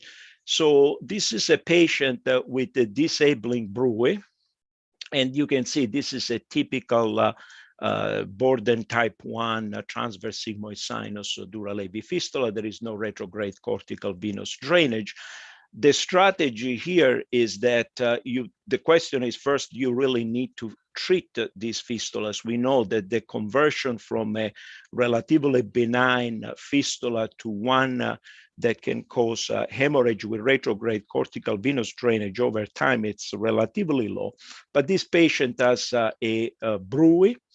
It's a relatively young patient, so you worry about the effects of a long-standing high flow venopathy in the changes they can induce in the return from the brain. So again, the issue of thinking through all the data that you have available. And what we do here, actually, it's fairly simple and 99% safe. So we do a transarterial embolization with the PVA. And the key here is to use particles that are larger than 150 microns. So why? Because the dangerous anastomosis between external and internal carotid artery, between the branches of the occipital artery and the vertebral artery, the diameter of those anastomoses is less than 150 microns. So if you use particles that are greater than 150 microns, you are unlikely to compromise those dangerous anastomosis. And the reason for transarterial embolization here is to take care of the symptom, which is the disabling bruit. And then we follow with the gamma knife. And this is a strategy, as I said, we have been applying for more than 25 years. Mike Link published it first in a Journal of Neurosurgery. And you can see the follow-up. And what's important here is that you see it's a strategy that it allows to consistently preserve the patency of the sinus. But more important for me is that you have immediate resolution of improvement of the symptoms. We have about 90% or greater obliteration rate usually within 1 year. But it's extremely safe. Why? Because with the gamma knife, you're just irradiating the bone. You know, the sinus, it's in a sulcus in the skull. So it's the gamma knife is very safe. And the embolization, it's technically very easy. It's transarterial external carotid artery embolization. It's usually occipital, sometimes posterior auricular and middle branches. We stay away from the ascending pharyngeal. And the key is to use particles that are greater than 150 microns. One last case, again, to illustrate the importance of the strategy. Sometimes you can just go for symptom palliation. 42-year-old patient with Down syndrome who presented with progressive gait impairment. There is edema at the craniocervical junction, but on flexion extension films, there was no instability. And you see what is the problem is this fistula was extremely complex. To this day, I could not completely understand. This is a combination of different fistulas. But look here, this is an external carotid artery that is the size of bigger even than the internal carotid artery. So by just simply providing some degree of proximal occlusion combined with partial embolization of that superior sagittal sinus, we were able to decrease the hemodynamic stress created with this fistula. The fistula is still there. We were not able to cure it. But look what happened to the follow-up. There is a resolution of the edema. There is a nice pocket of CSF now around that craniocervical junction. And her symptoms progressively improved within a few weeks of the embolization. So again, another case where we could have easily got into a major complication if we were going for some heroic cure. But in this case, I thought that just trying to decrease the hemodynamic stress and provide her with a few additional years of better quality of life was, at least in my opinion, a better goal. And briefly, this is just a summary of the series. As Jack said, we are lucky that for whatever reason, we see fairly large number of these patients. And again, the treatment is, in the majority of cases, single therapeutic modality.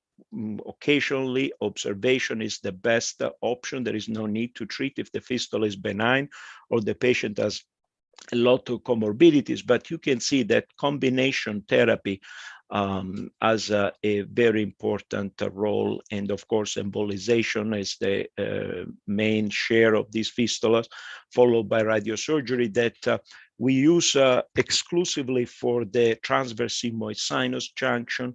It's effective in the cavernous sinus junction. My anecdotal experience is that radiosurgery is not effective for those fistulas like the tentorial ones, the ethmoidal fistulas, ferroparietal fistulas, where there is exclusive retrograde cortical venous drainage. Is much more effective when there is involvement of a larger sinus, and surgery, as you have seen in some of the example, still has a role. And the key, as I said, that as I'm getting older, the most enjoyable part of many of these cases becomes to devise a strategy of treatment rather than often the procedure itself. Here, the results, of course, we've had no hemorrhage, and this is always the most important thing. So it's been effective. Symptoms are improved or stabilized. And when we look at complications, you can see that major morbidity and mortality, it's acceptably low. And again, I think that a large part of these, consider these are all comers, patients with terrible fistulas, patients that have presented with bad hemorrhage. But the main reason I'm convinced is really the thoughtful strategy that we put into every single case rather than the execution of the procedure per se. Thank you. Great. Thank you so much, Giuseppe. Very thoughtful and as expected. And of course, you have a vast experience with this. And thank you so much. Last but not least, Pascal, would you mind telling us, I guess David told us the exoscope is the future and it's now for microsurgery. Is neuroendovascular robotics the same equivalent for endovascular? Great. Thank you, Jacques, for the invitation. It's an honor. Actually, Jacques is the most eloquent neurosurgeon I know. If you haven't read his two editorials, really, you should read them. One of them in Journal of Neurosurgery about George Floyd and his experience when Jacques was in Lebanon with the injured American soldier. And another one is about the late Evandro in ACTA, the brain whisperer. So you don't want to debate Jacques at a conference. He's so eloquent. I've debated him a couple of times, despite the fact that I was right. He made it look as if he was right. So that's the thing. And I cannot make fun of his accent because I have an accent worse than him, but I don't stress on the R too much.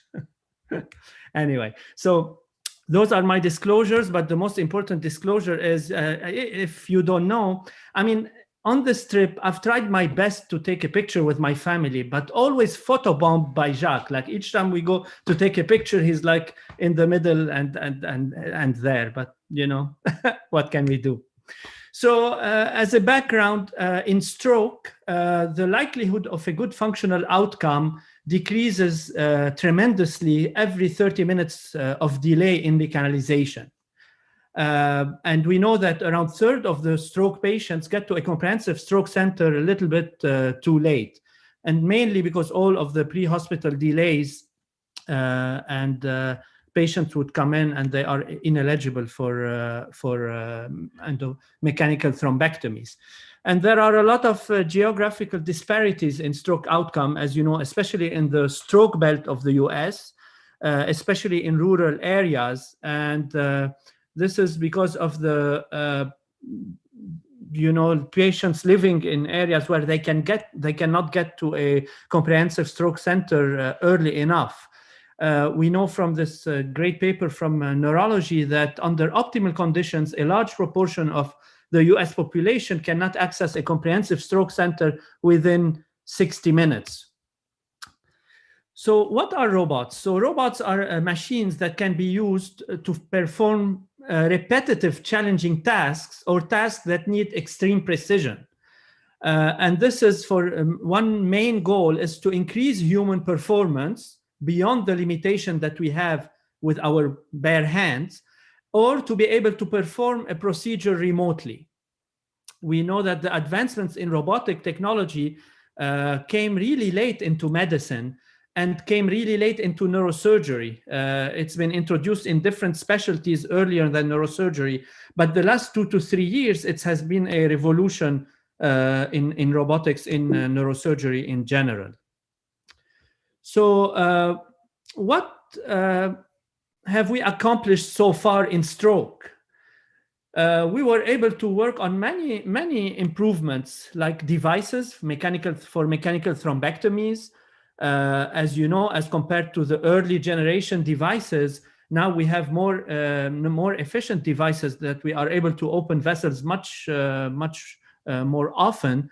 We have better screening methods because screening those patients is as important as doing the procedure. We improved on timing, streamlining the process, creating stroke networks.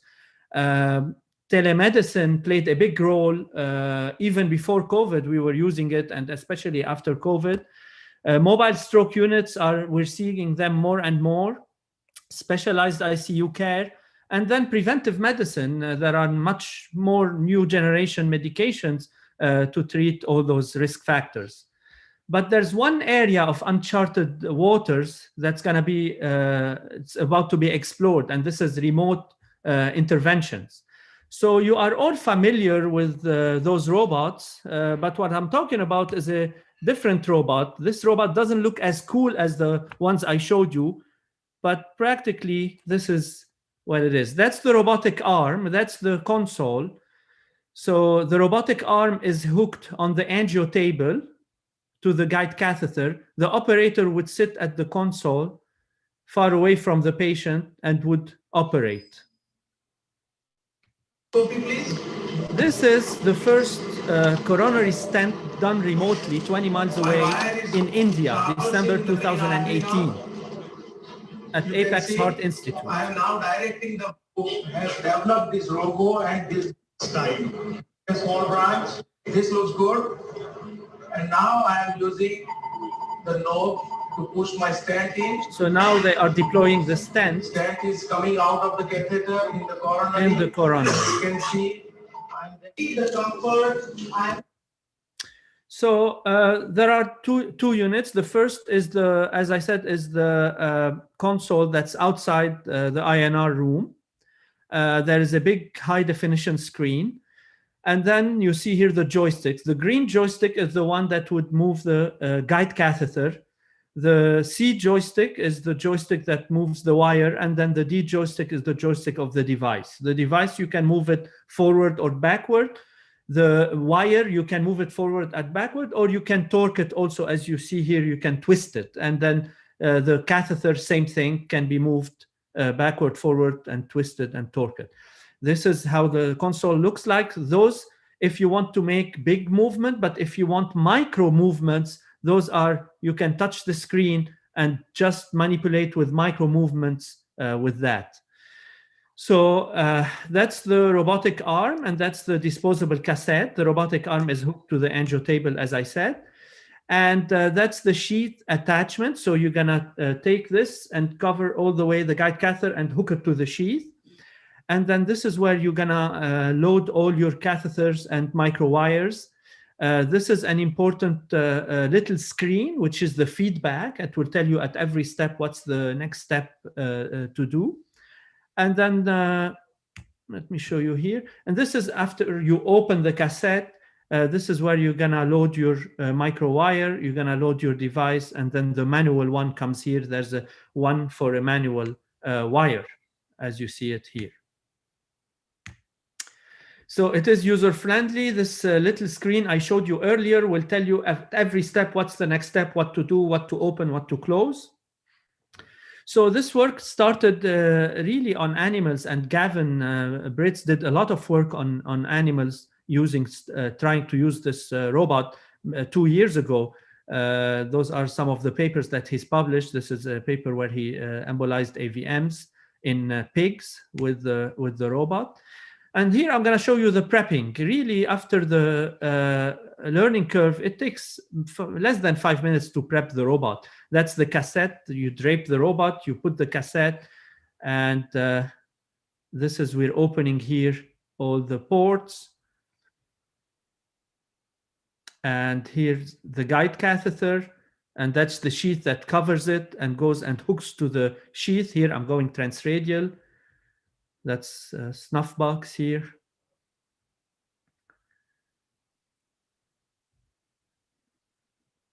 And this is where you're going to put your micro wire. That's the micro wire going all the way up here. And this is where you're going to put your device. And then another one is the manual one. This is here showing some diagnostic angiograms with the Siemens catheter. I used the robot to shape the Siemens catheter in the arch. So as you see here, I'm just using the green joystick, and I can twist it, I can push it forward, and I'm shaping the Siemens catheter.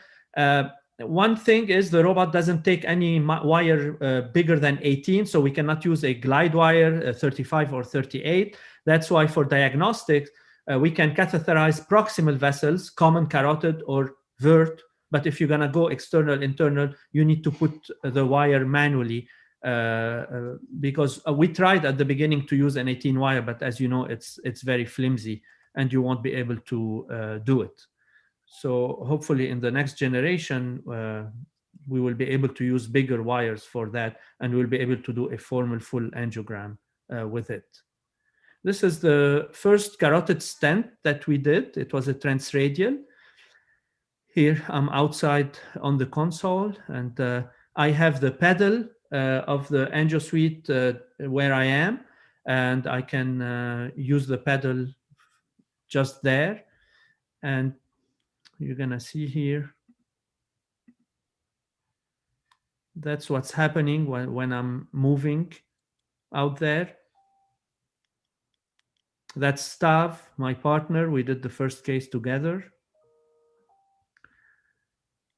And then here we're bringing the protection device up, then bringing the balloon, and this is after the stent. This is the team. You can't do this without a team, really. They did a great job in getting used to the robot. This is a really nasty post-radiation carotid stenosis. As you see here, loading the wire, driving the wire up. You see here what's happening in the room, and here what I'm doing. So here, I'm taking the wire beyond the stenosis. Then I'm gonna bring up my protection device. That's the protection device coming up. Then I'm gonna unsheath my protection device.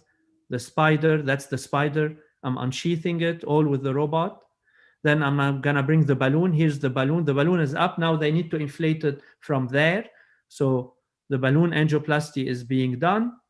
Then I pull out the balloon robotically, bring up the stent robotically, and the stent is deployed from there. That's the final result.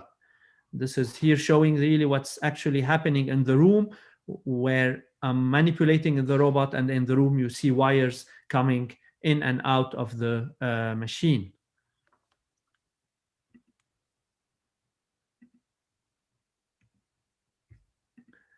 Another case of another left-sided transradial carotid stent. Here we're forming the SIM2 catheter.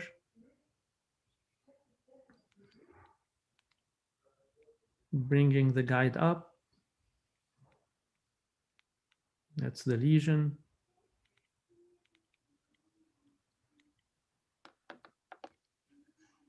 Bringing the protection device, and that's post-stenting.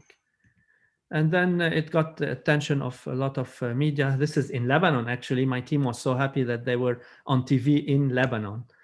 So, and this was the first paper we published on feasibility and proof of principle, where we looked and we tried to come up with protocols, and and it was a learning curve, and we were trying wires and trying what's the best steps to do to make it. Those are the cases in the first paper, which is a mix of diagnostic angiograms and carotid stents. Then later on, this we published in Journal of Neurosurgery. We did a comparison of manual and robotic assisted stenting because we wanted to make sure that we're not using more contrast or using more radiation. So we compared both, and there was the procedural time was a little bit longer, but this didn't translate into any increased fluoroscopy time or any increased radiation exposure or any increased contrast. As you know, it takes a little bit longer because you're prepping the robot, and it's also a learning curve, but the learning curve isn't so bad, and I think you need to do 5 to 10 to feel comfortable with it.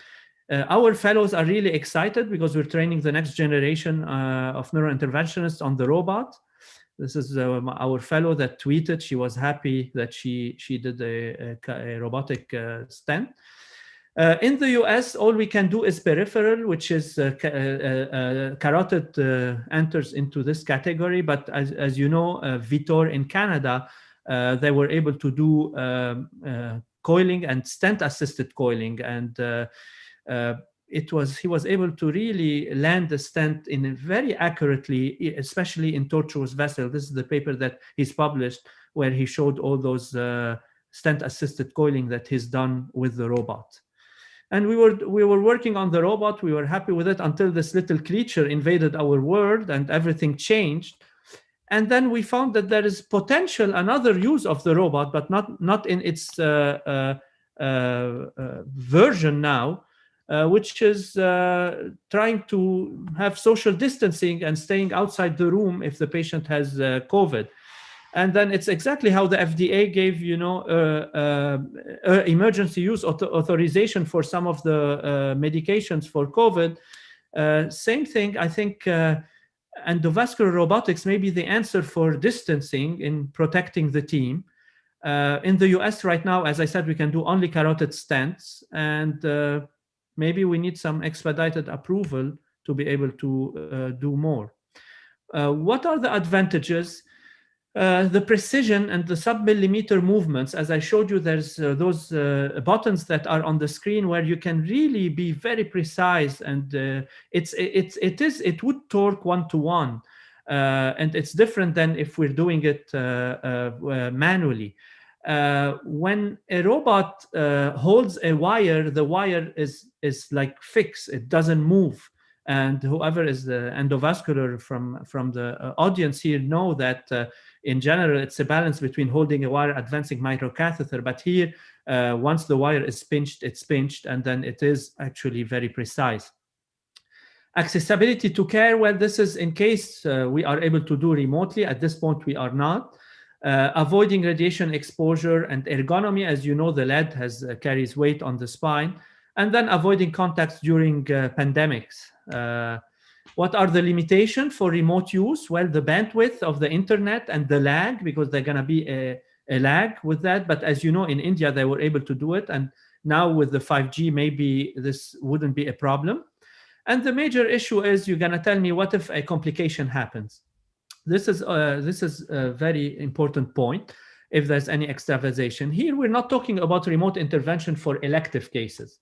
We're not talking about go remotely and treat an aneurysm. We're talking about here, what is the other option, right? If a patient with an acute stroke gets to a remote hospital, where if the patient's gonna make it to the hub hospital, it's gonna be too late to do a mechanical thrombectomy. So between the option of not getting any stroke treatment or getting a stroke treatment where the patient is, maybe the benefit outweighs the risks in this case.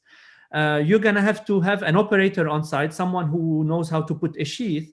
Now, this is also tricky, and it's a nuance, because if you're going to have someone there, well, maybe you can train this guy to be able to do the procedure. Also, as you know, in some places, cardiologists are doing mechanical thrombectomies.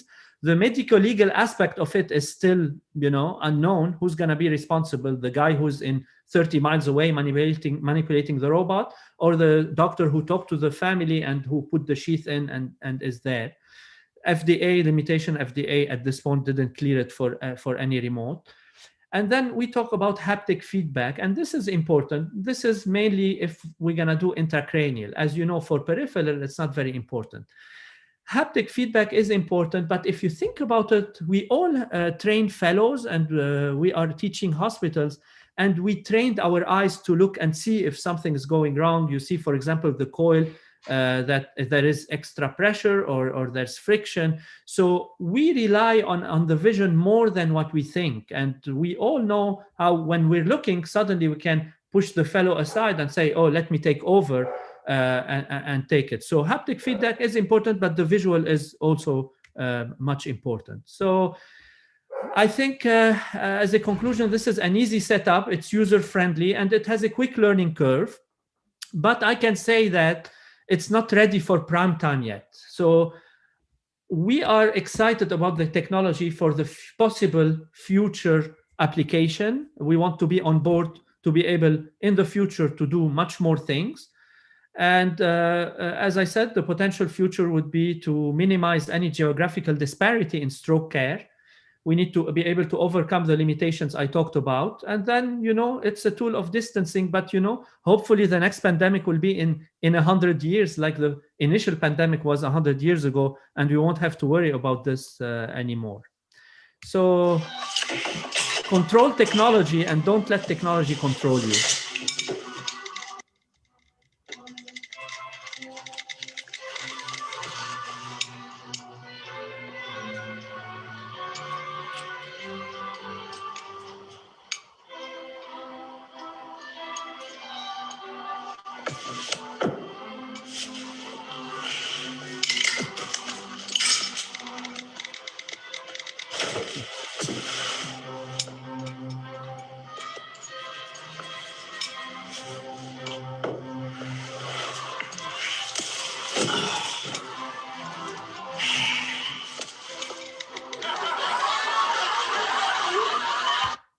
Thank you.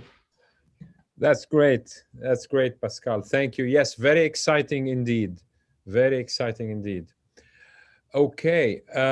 So next I'll invite our current fellow, Nick, who would like to show the panel a case, get their input, and after that we'll get into the discussion of the various talks from the audience and between each other. Nick, you want to upload your slides?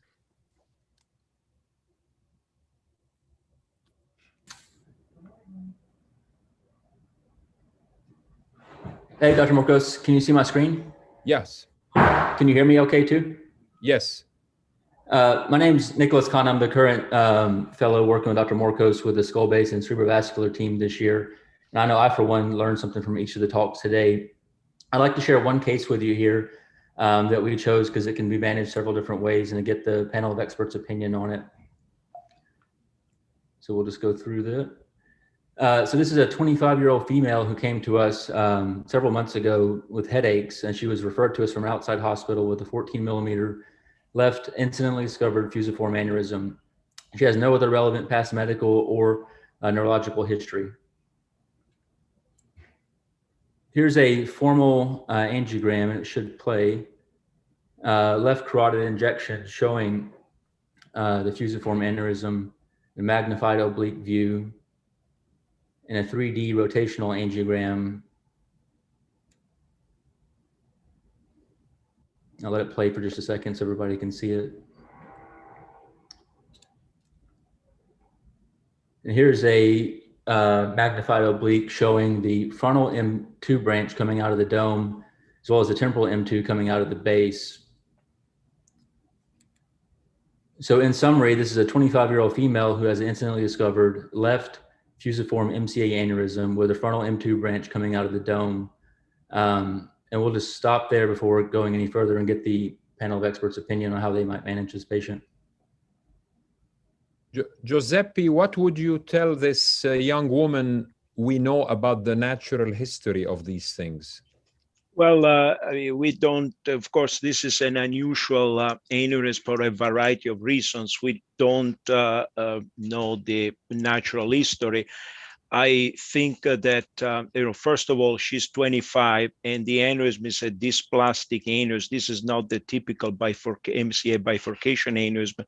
It's what I classify as an M2 aneurysm. So because of her young age, the size and the appearance of the aneurysm, I think it's reasonable to consider treatment.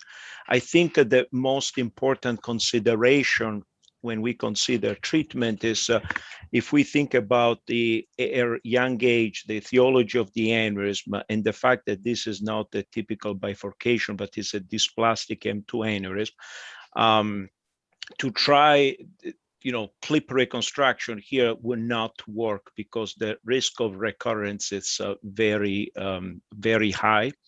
And therefore, either you do consider some reconstructive endovascular treatment with flow diversion, which in this case would probably be my first choice, or you have to do bypass and trapping of that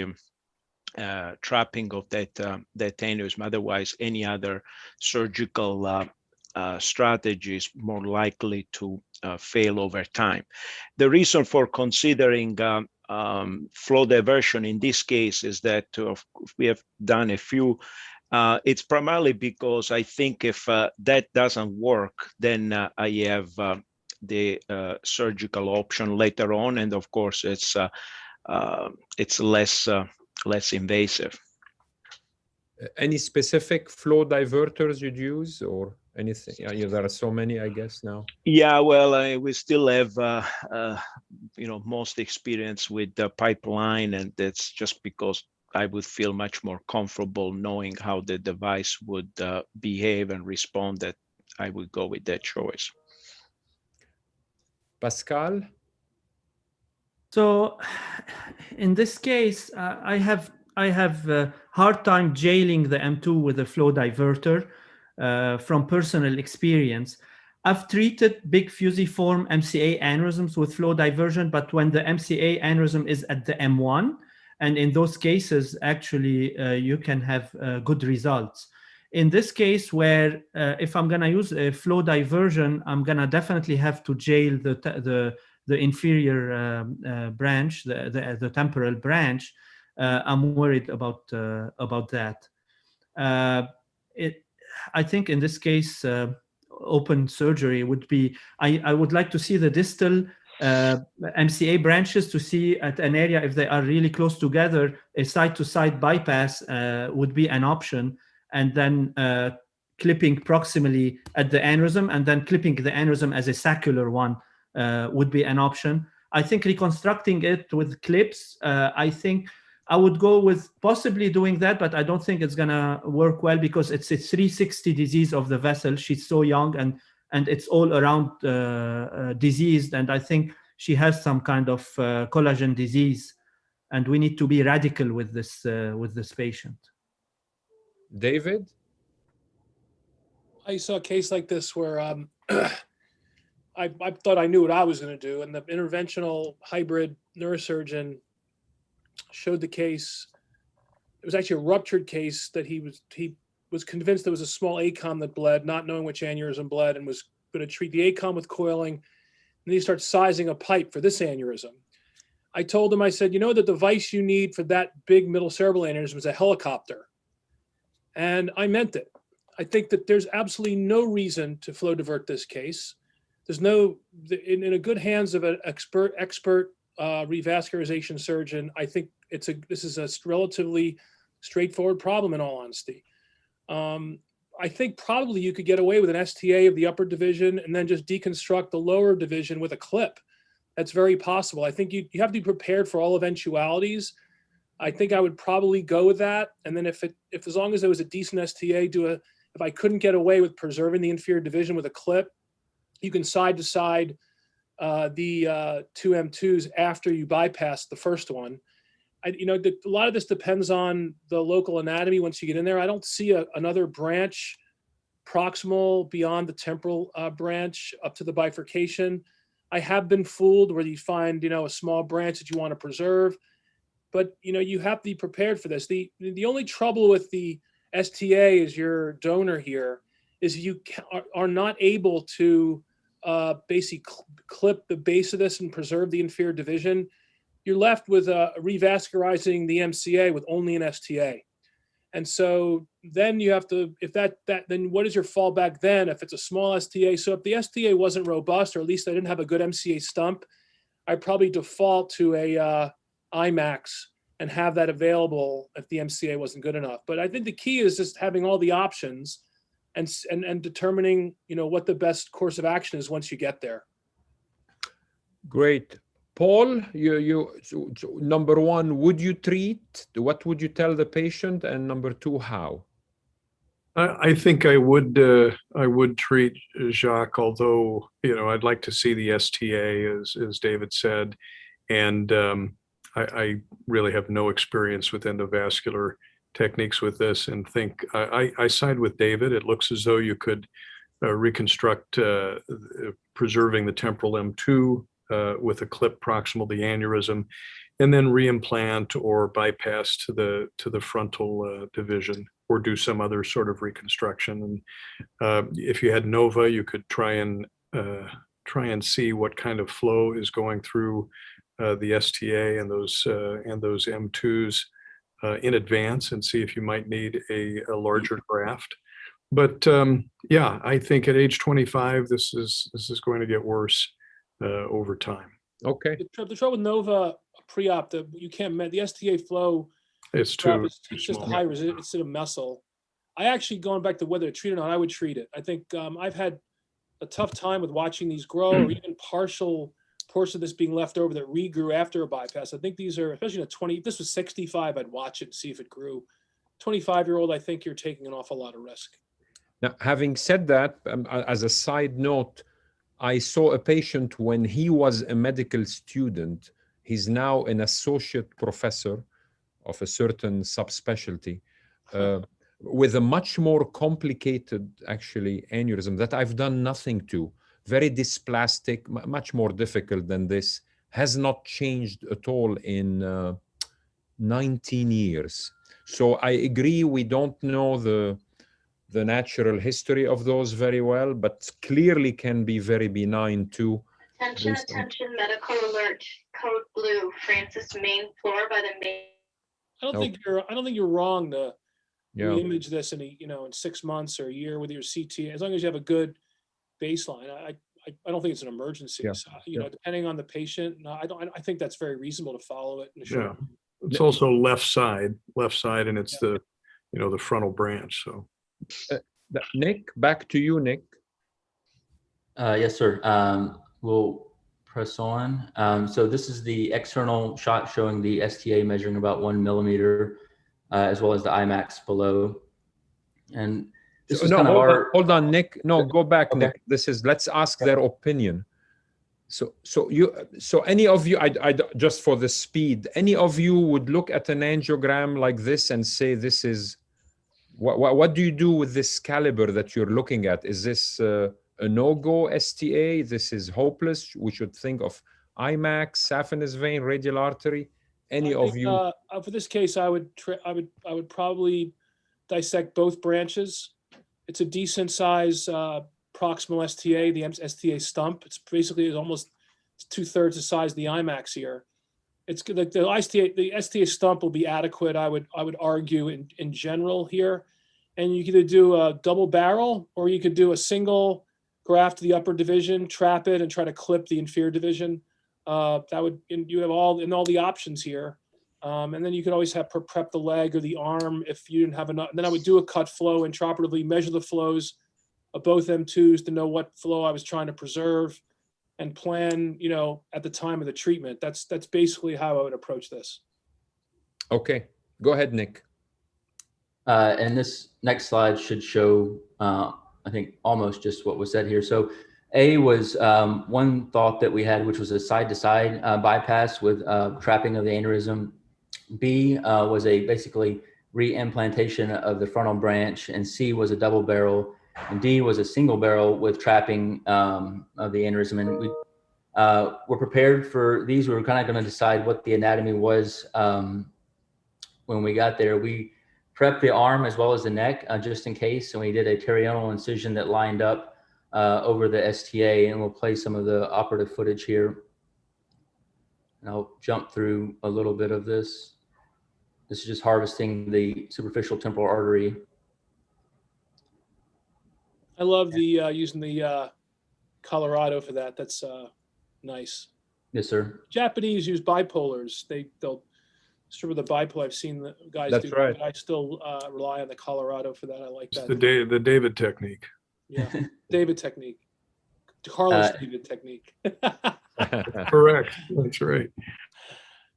This is just a little bit of the sylvian fissure splitting. We can see the aneurysm in view. We just caught a glimpse of the frontal M2 branch, and we'll just fast forward. There was a small vein that was crossing the fissure that we had to mobilize. A little bit more of this sylvian fissure split. And then you can see the temporal M2 coming now, and the aneurysm is in view here.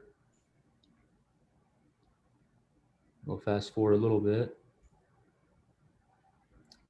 And then at this point, trying to decide, Nick, sorry, Nick, for the younger audience, freeze it and just explain. Oh, perfect. Here you go. Yep. So here we can see the aneurysm, which is highlighted in red. The temporal M2 division, which is going to be inferior, is in blue, and the frontal M2 division is above it. And we're pushing them together to see if a side-to-side bypass would be possible, or would the ergonomics and the geometry of this be better for a STA bypass. I want to start the video again here. We did measure the cut flow, and I think it will come up in just a second, of the STA, which was 80 cc's per minute. One of the things I've learned with Dr. Morcos this year, he does not allow me to say an STA is a low flow bypass because it can be so variable. So that's one thing I've learned. But this is our flow measure. Homage to Fadi Charbel, of course. He's the Fadi Charbel school of bypass nomenclature. Right. This is our flow measurement in the temporal M2, which was 30 cc's a minute. And then in the frontal, which was 20, for a total of 50 in the MCA distribution. And this is removing all the adventitia off the STA here. And I'll jump through a little bit. Oh, there we go. And this is the cut flow that we measured once all the adventitia was removed. I made a little tunnel through the temporalis muscle in order to make sure it wasn't constricted. We ultimately decided to do a single barrel to only place one of the divisions at risk. And then also the aneurysm was quite large, and getting under it and clipping it, we thought that we would have to divide the frontal M2 division in order to raise it up and make it basically a saccular aneurysm. So this is what we did. This is using the apex knife for the arteriotomy and a microvax in place. And we'll move forward through some of the suturing of this. Scanlon, Jacques? Yes, you know, I got used to them, and I'm sure there are even better instruments, but once you get that feedback, you know. I hear you. Yeah, I don't disagree. Yeah. My problem, I mean, the Charmants are great. The tips of the needle holder and the tying forces bar really thin, you know, and it's almost, that's just, but I've used Scanlon for years. I just recently switched. Yeah. Jacques, I thought you like to do running. I mix it up, you know. Sometimes I do running on one wall. Sometimes I do interrupted to teach my very talented fellows and residents, you know. No, running usually, yes.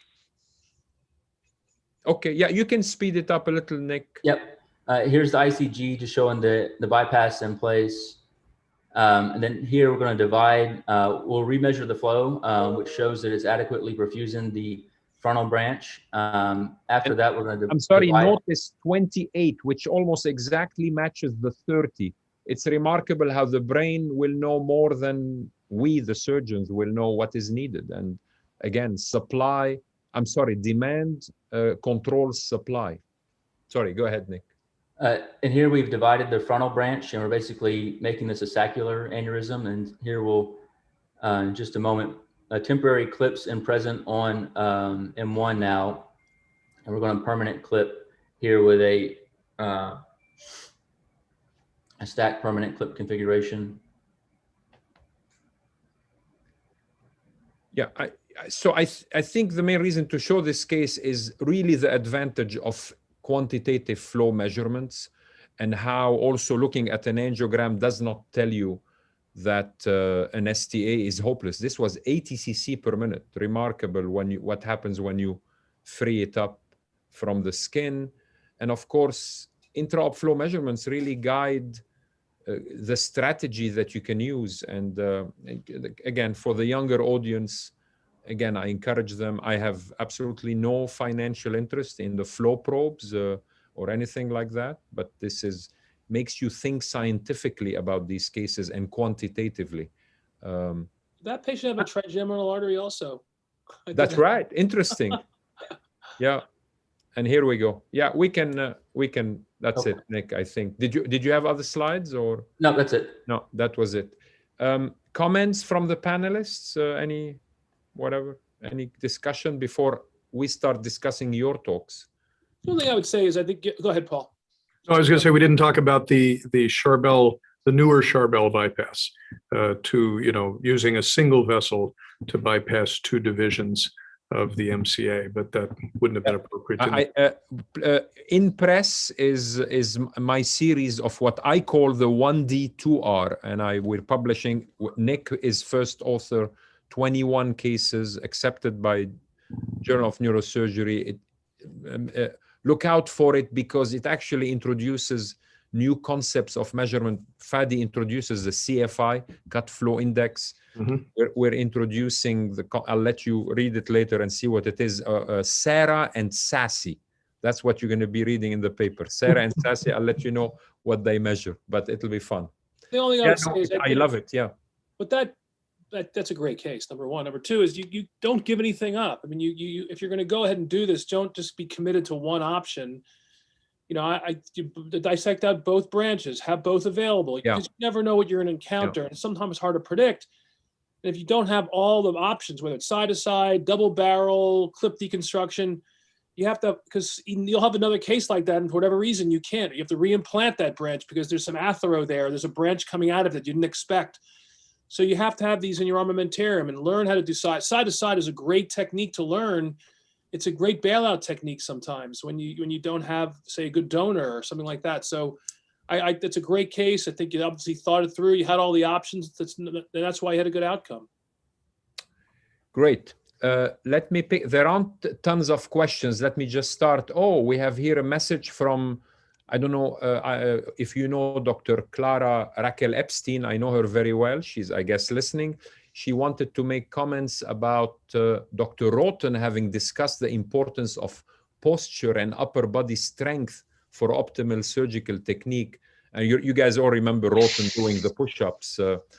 Lifelong neurosurgeon optimization for longevity in both one's career and optimizing the duration of longer cases, including improving personal protection with better ergonomics using exoscope and neuroendovascular robotic assisted surgery is a game changer.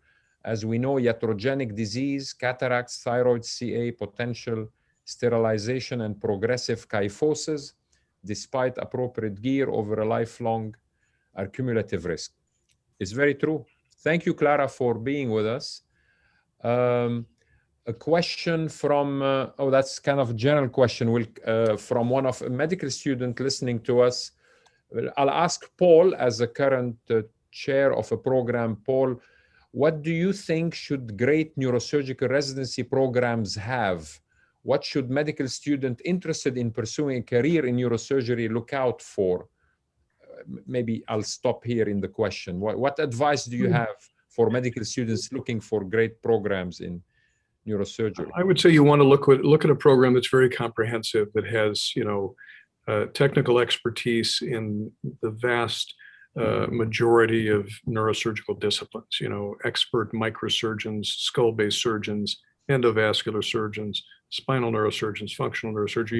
You want to try and pick a place that has excellence in many, if not all, of those divisions, rather than concentrating on one in particular. And you want to look for that is if you want to, be at the top of your game and be experienced and technically, competent at the vast majority of neurosurgical cases. Obviously, you want a place with a good feng shui, as David mentioned, a good crew of residents and collegial faculty as well. Anybody else want to give an advice for our medical student? I would say one word. I would look for a place where they would advertise for a disease, not for a tool. That's very true, Pascal, and you just reminded me how, for example, the cardiothoracic surgeons disappeared while the peripheral vascular surgeons flourished, because the first ones never believed in endovascular, the second ones embraced it. That's why there are people like you, in neurosurgery and others. You're right. You have to be a disease specialist, not a technique specialist. I have a little bit of a contrarian view on this. Yeah. And I think it reminds me of my kids, and where should I go to college? Look, there are very few bad neurosurgery programs. I mean, that's why we have the RC. They're all reviewed. You're not going to go. And the purpose of, you have to think, what's the purpose of my residency? The purpose of the residency is to do straightforward things done well. You're not going to come out of your residency being a Jacques Morcos or a Pascal or a Paul. You're just not. You may think you can, but you can't. It's a lifelong system of learning. So the most important thing, once you have an accredited program and the geography works for you, and they have the right, and there's a track, I mean, they're probably, that's probably applies to 70% of the programs. You got to have a guy like Jacques or Paul or Pascal in the program, because you need mentors. You need people who are going to fight for you, who are going to go make a phone call, who are going to get you that fellowship, who are going to offer that additional training, who are going to expand on that base training you have during those first 7 years. I mean, I continue to learn every day, and I would, if I polled Jacques, Paul, and Pascal, I would guarantee that none of them are doing the things today that they were doing when they finished their residency, 400 years ago, like these guys. So, we tend to make a big deal out of this as medical students, like, oh, this is the best program, that's the best program. What's best for some list is not necessarily the best for you. Don't listen to anybody else. Keep your eyes on the boat. Focus on what's best for you. Maybe there's a family issue. Maybe there's a geography issue. Maybe, whatever. But make sure wherever you go that they have a track record of mentorship, support, collegiality, ethics, that there are mentors. It's diverse, that you feel comfortable. Those all matter, because you'll learn to operate if you put your time in, and then you're going to do that fellowship and expand your knowledge set over time. So don't put too much pressure on to find the best place. It's all up to you ultimately. And some of the best programs turn out some bad surgeons, and some of the best turn out some of the worst. So rest assured, everything's up to you. Very, very wise, David. That's so true in many ways. Giuseppe, I'll ask you this as a question from the audience, since you were the only one excited about endovascular treatment. Is why on that last case, is why flow diverter an option for the last case to ensure patency of the temporal branch? Well, you can jail the branch, and you can the branch can potentially be jeopardized if there is if the patient has a good leptomeningeal collaterals. You, by jailing that branch, covering the branch with the flow diverter, you might encourage occlusion of that branch that, if adequately modulated, usually tends to be asymptomatic, and it's related to the presence of decent collateral. So the way you do that, once you jail that branch, you watch very carefully to your angiograms, and usually these patients over the first 24, 48 hours are maintained on Agrastat, or you can manage that with pharmacological manipulation. So there are ways of assure that that branch stays open. And often, if it doesn't stay open, as we have learned in many patients with acute ischemic stroke, is that there are leptomeningeal collaterals that, and that's the reason why that branch might close. Now, I don't necessarily agree. I mean, there are options and there are valid options, but I mean, we have treated a few of these M2 aneurysms with flow diversion, and we have had good results. But as I said, the pharmacological peri-procedural strategy, it has to be, it's very, very important. Jacques, there's something in the question. They said why flow diversion, like why this? I mean, this is. Oh, not, you mean a why or? Oh, yes, that's what I mean. Yes, the Y shape. Oh, sorry, I missed. I missed completely. Yeah. Yeah, because this is not feasible. I don't know. Maybe they meant why stenting, regular stenting, but I think why? that's what, yes. Yeah, why in a flow diversion cannot be accomplished? Yeah. Right. No, but in that case, it's an M2. You need to somehow reconstruct, either reconstruct that segment or completely trap the aneurysm, exclude the aneurysm, and flow replace. Paul, a question for you. Have you tried water dissection technique that I think it's fair to say has been popularized by Hernisnemi in splitting the fissure? No, I have never tried that, Jacques. When we were young, Ali came out with the little balloons that he would put in the fissure. Ali Krisht was working with a company, and for a while we tried, taking a small little balloon on the end of a catheter and inflating it to sort of split from the inside out. But I haven't tried the water dissection. I'd be interested to take it. I like it a lot. It's very nice for tough fissures. It just gives you extra space.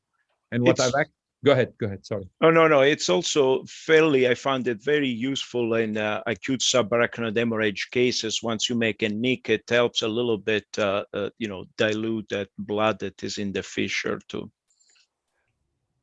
Yeah. I was going to say something. I forgot then what, talking about David saying what you change over time. I mean, I used to dissect the fissures with bipolars and stuff, but actually I use now the Scanlon bypass instruments for tough fissures to start it. And it's very good for beginners, particularly who are very worried about going subpial and stuff. Gets them going. Dr. Uday Gupta asking about, can we go retractorless by suction dissection? I'm not sure. This is probably for you, Paul, but I'm not sure exactly what he means. Suction dissection. I didn't see that. Carolina, who was here earlier, but she must have pushed it on the dismissed port. Well, I think maybe he's talking about using the dynamic retraction, just using the suction to retract it. Which you talked about. Yes. David, exoscope from Dr. Oriella Rustemi. Exoscope does not have direct optic. I think it's not looking directly. Does this affect the time, your reaction time? For example, do the times of your anastomosis time differ between exoscope and microscope? No, not at all. In fact, when I used to do a back wall, I put the exoscope way away from me. So I'm getting this angle where I'm looking on the back wall with the exoscope, and I'm operating like this. I'm not like going like this. So my body position is neutral. The exoscope is across from me, and your brain and your wrists are able to make up for these angles. So it's like endoscopic surgery. It's the same thing. You're able to take these new angles with your wrists, not your neck. And so the exoscope takes the angle, and you can, it's just a totally different experience. You can see things you wouldn't have seen. You can put yourself in positions. It's not every case, but if anything, it makes the anastomosis faster. There's also a question was missed here about navigation. It says, very good webinar. Regarding the presentation of the Orbi, I also think it's a very nice tool, but it's not compatible with neuronavigation. Parentheses, there's no image injection as with the Kinevo or Leica. This seems to be a problem, needs to be addressed. Not true. I have the Leica. I had integration. The problem with microscopic integration, first of all, it's $50,000, number one. And you can only put on one microscope. If you want to integrate all your scopes, each one costs $50K. They have to come in and put that silly array on every microscope.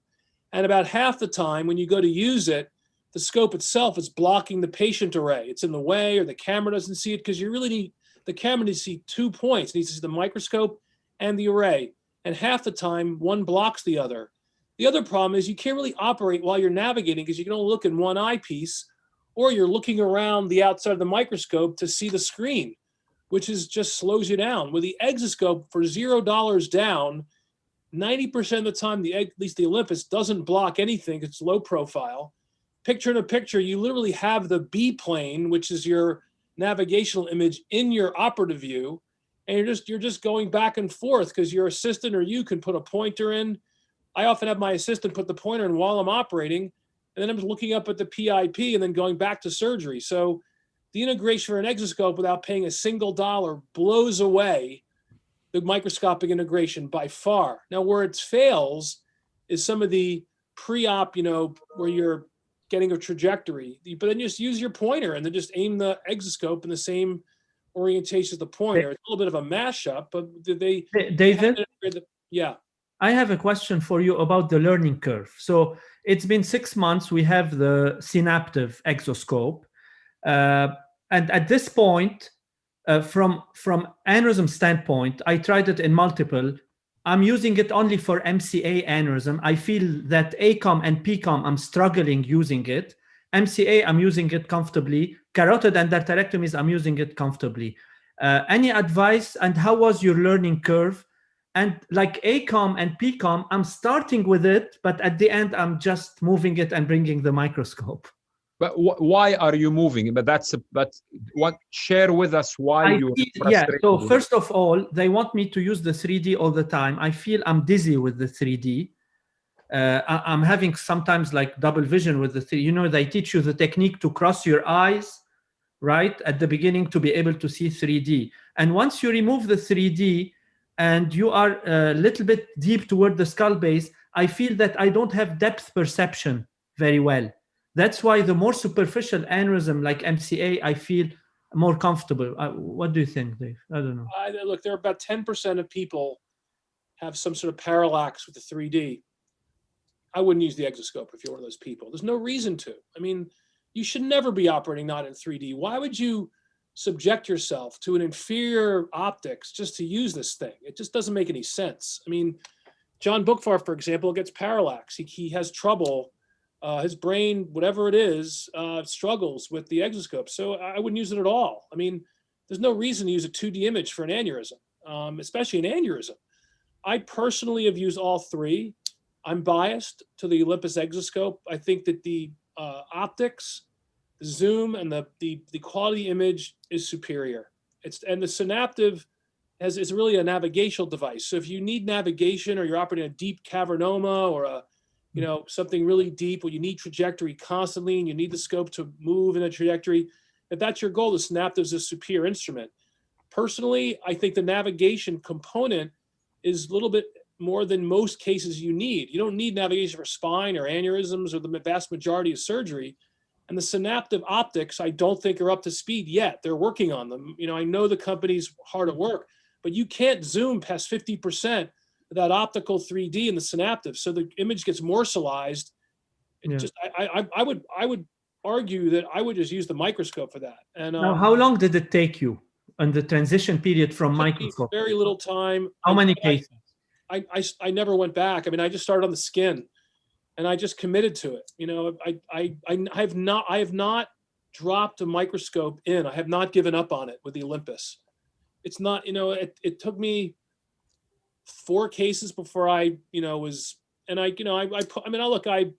was motivated to do it because I really wanted to. You have to really want to do it, and if you're a mouthpiece guy, you're just not gonna have that motivation. But I do think the Synaptive, and even the Synaptive is a robot. It's a little bit more cumbersome, and there's a lot of engineering there. It's a terrific device. I mean, navigationally, it's incredible. I just, it's just as a workhorse imaging device, the Orbi is exceptional, and the images are breathtaking. I mean, it's profoundly different for me to watch. I just, when I operate with a microscope, I feel claustrophobic, and just got to make commitment to it. David, when I operate with a microscope, I'm in the flow zone from that book that you gave me. I am in my zone. I love it. I guess that's the difference. It's funny you say that. Part of the problem with the verbal movement, with the audio, like speech commands, is exactly that. I don't want to talk. Once you're like down deep and you're on, I don't want to say, do something. You just, hey Vimo, right? Yeah, hey Vimo, you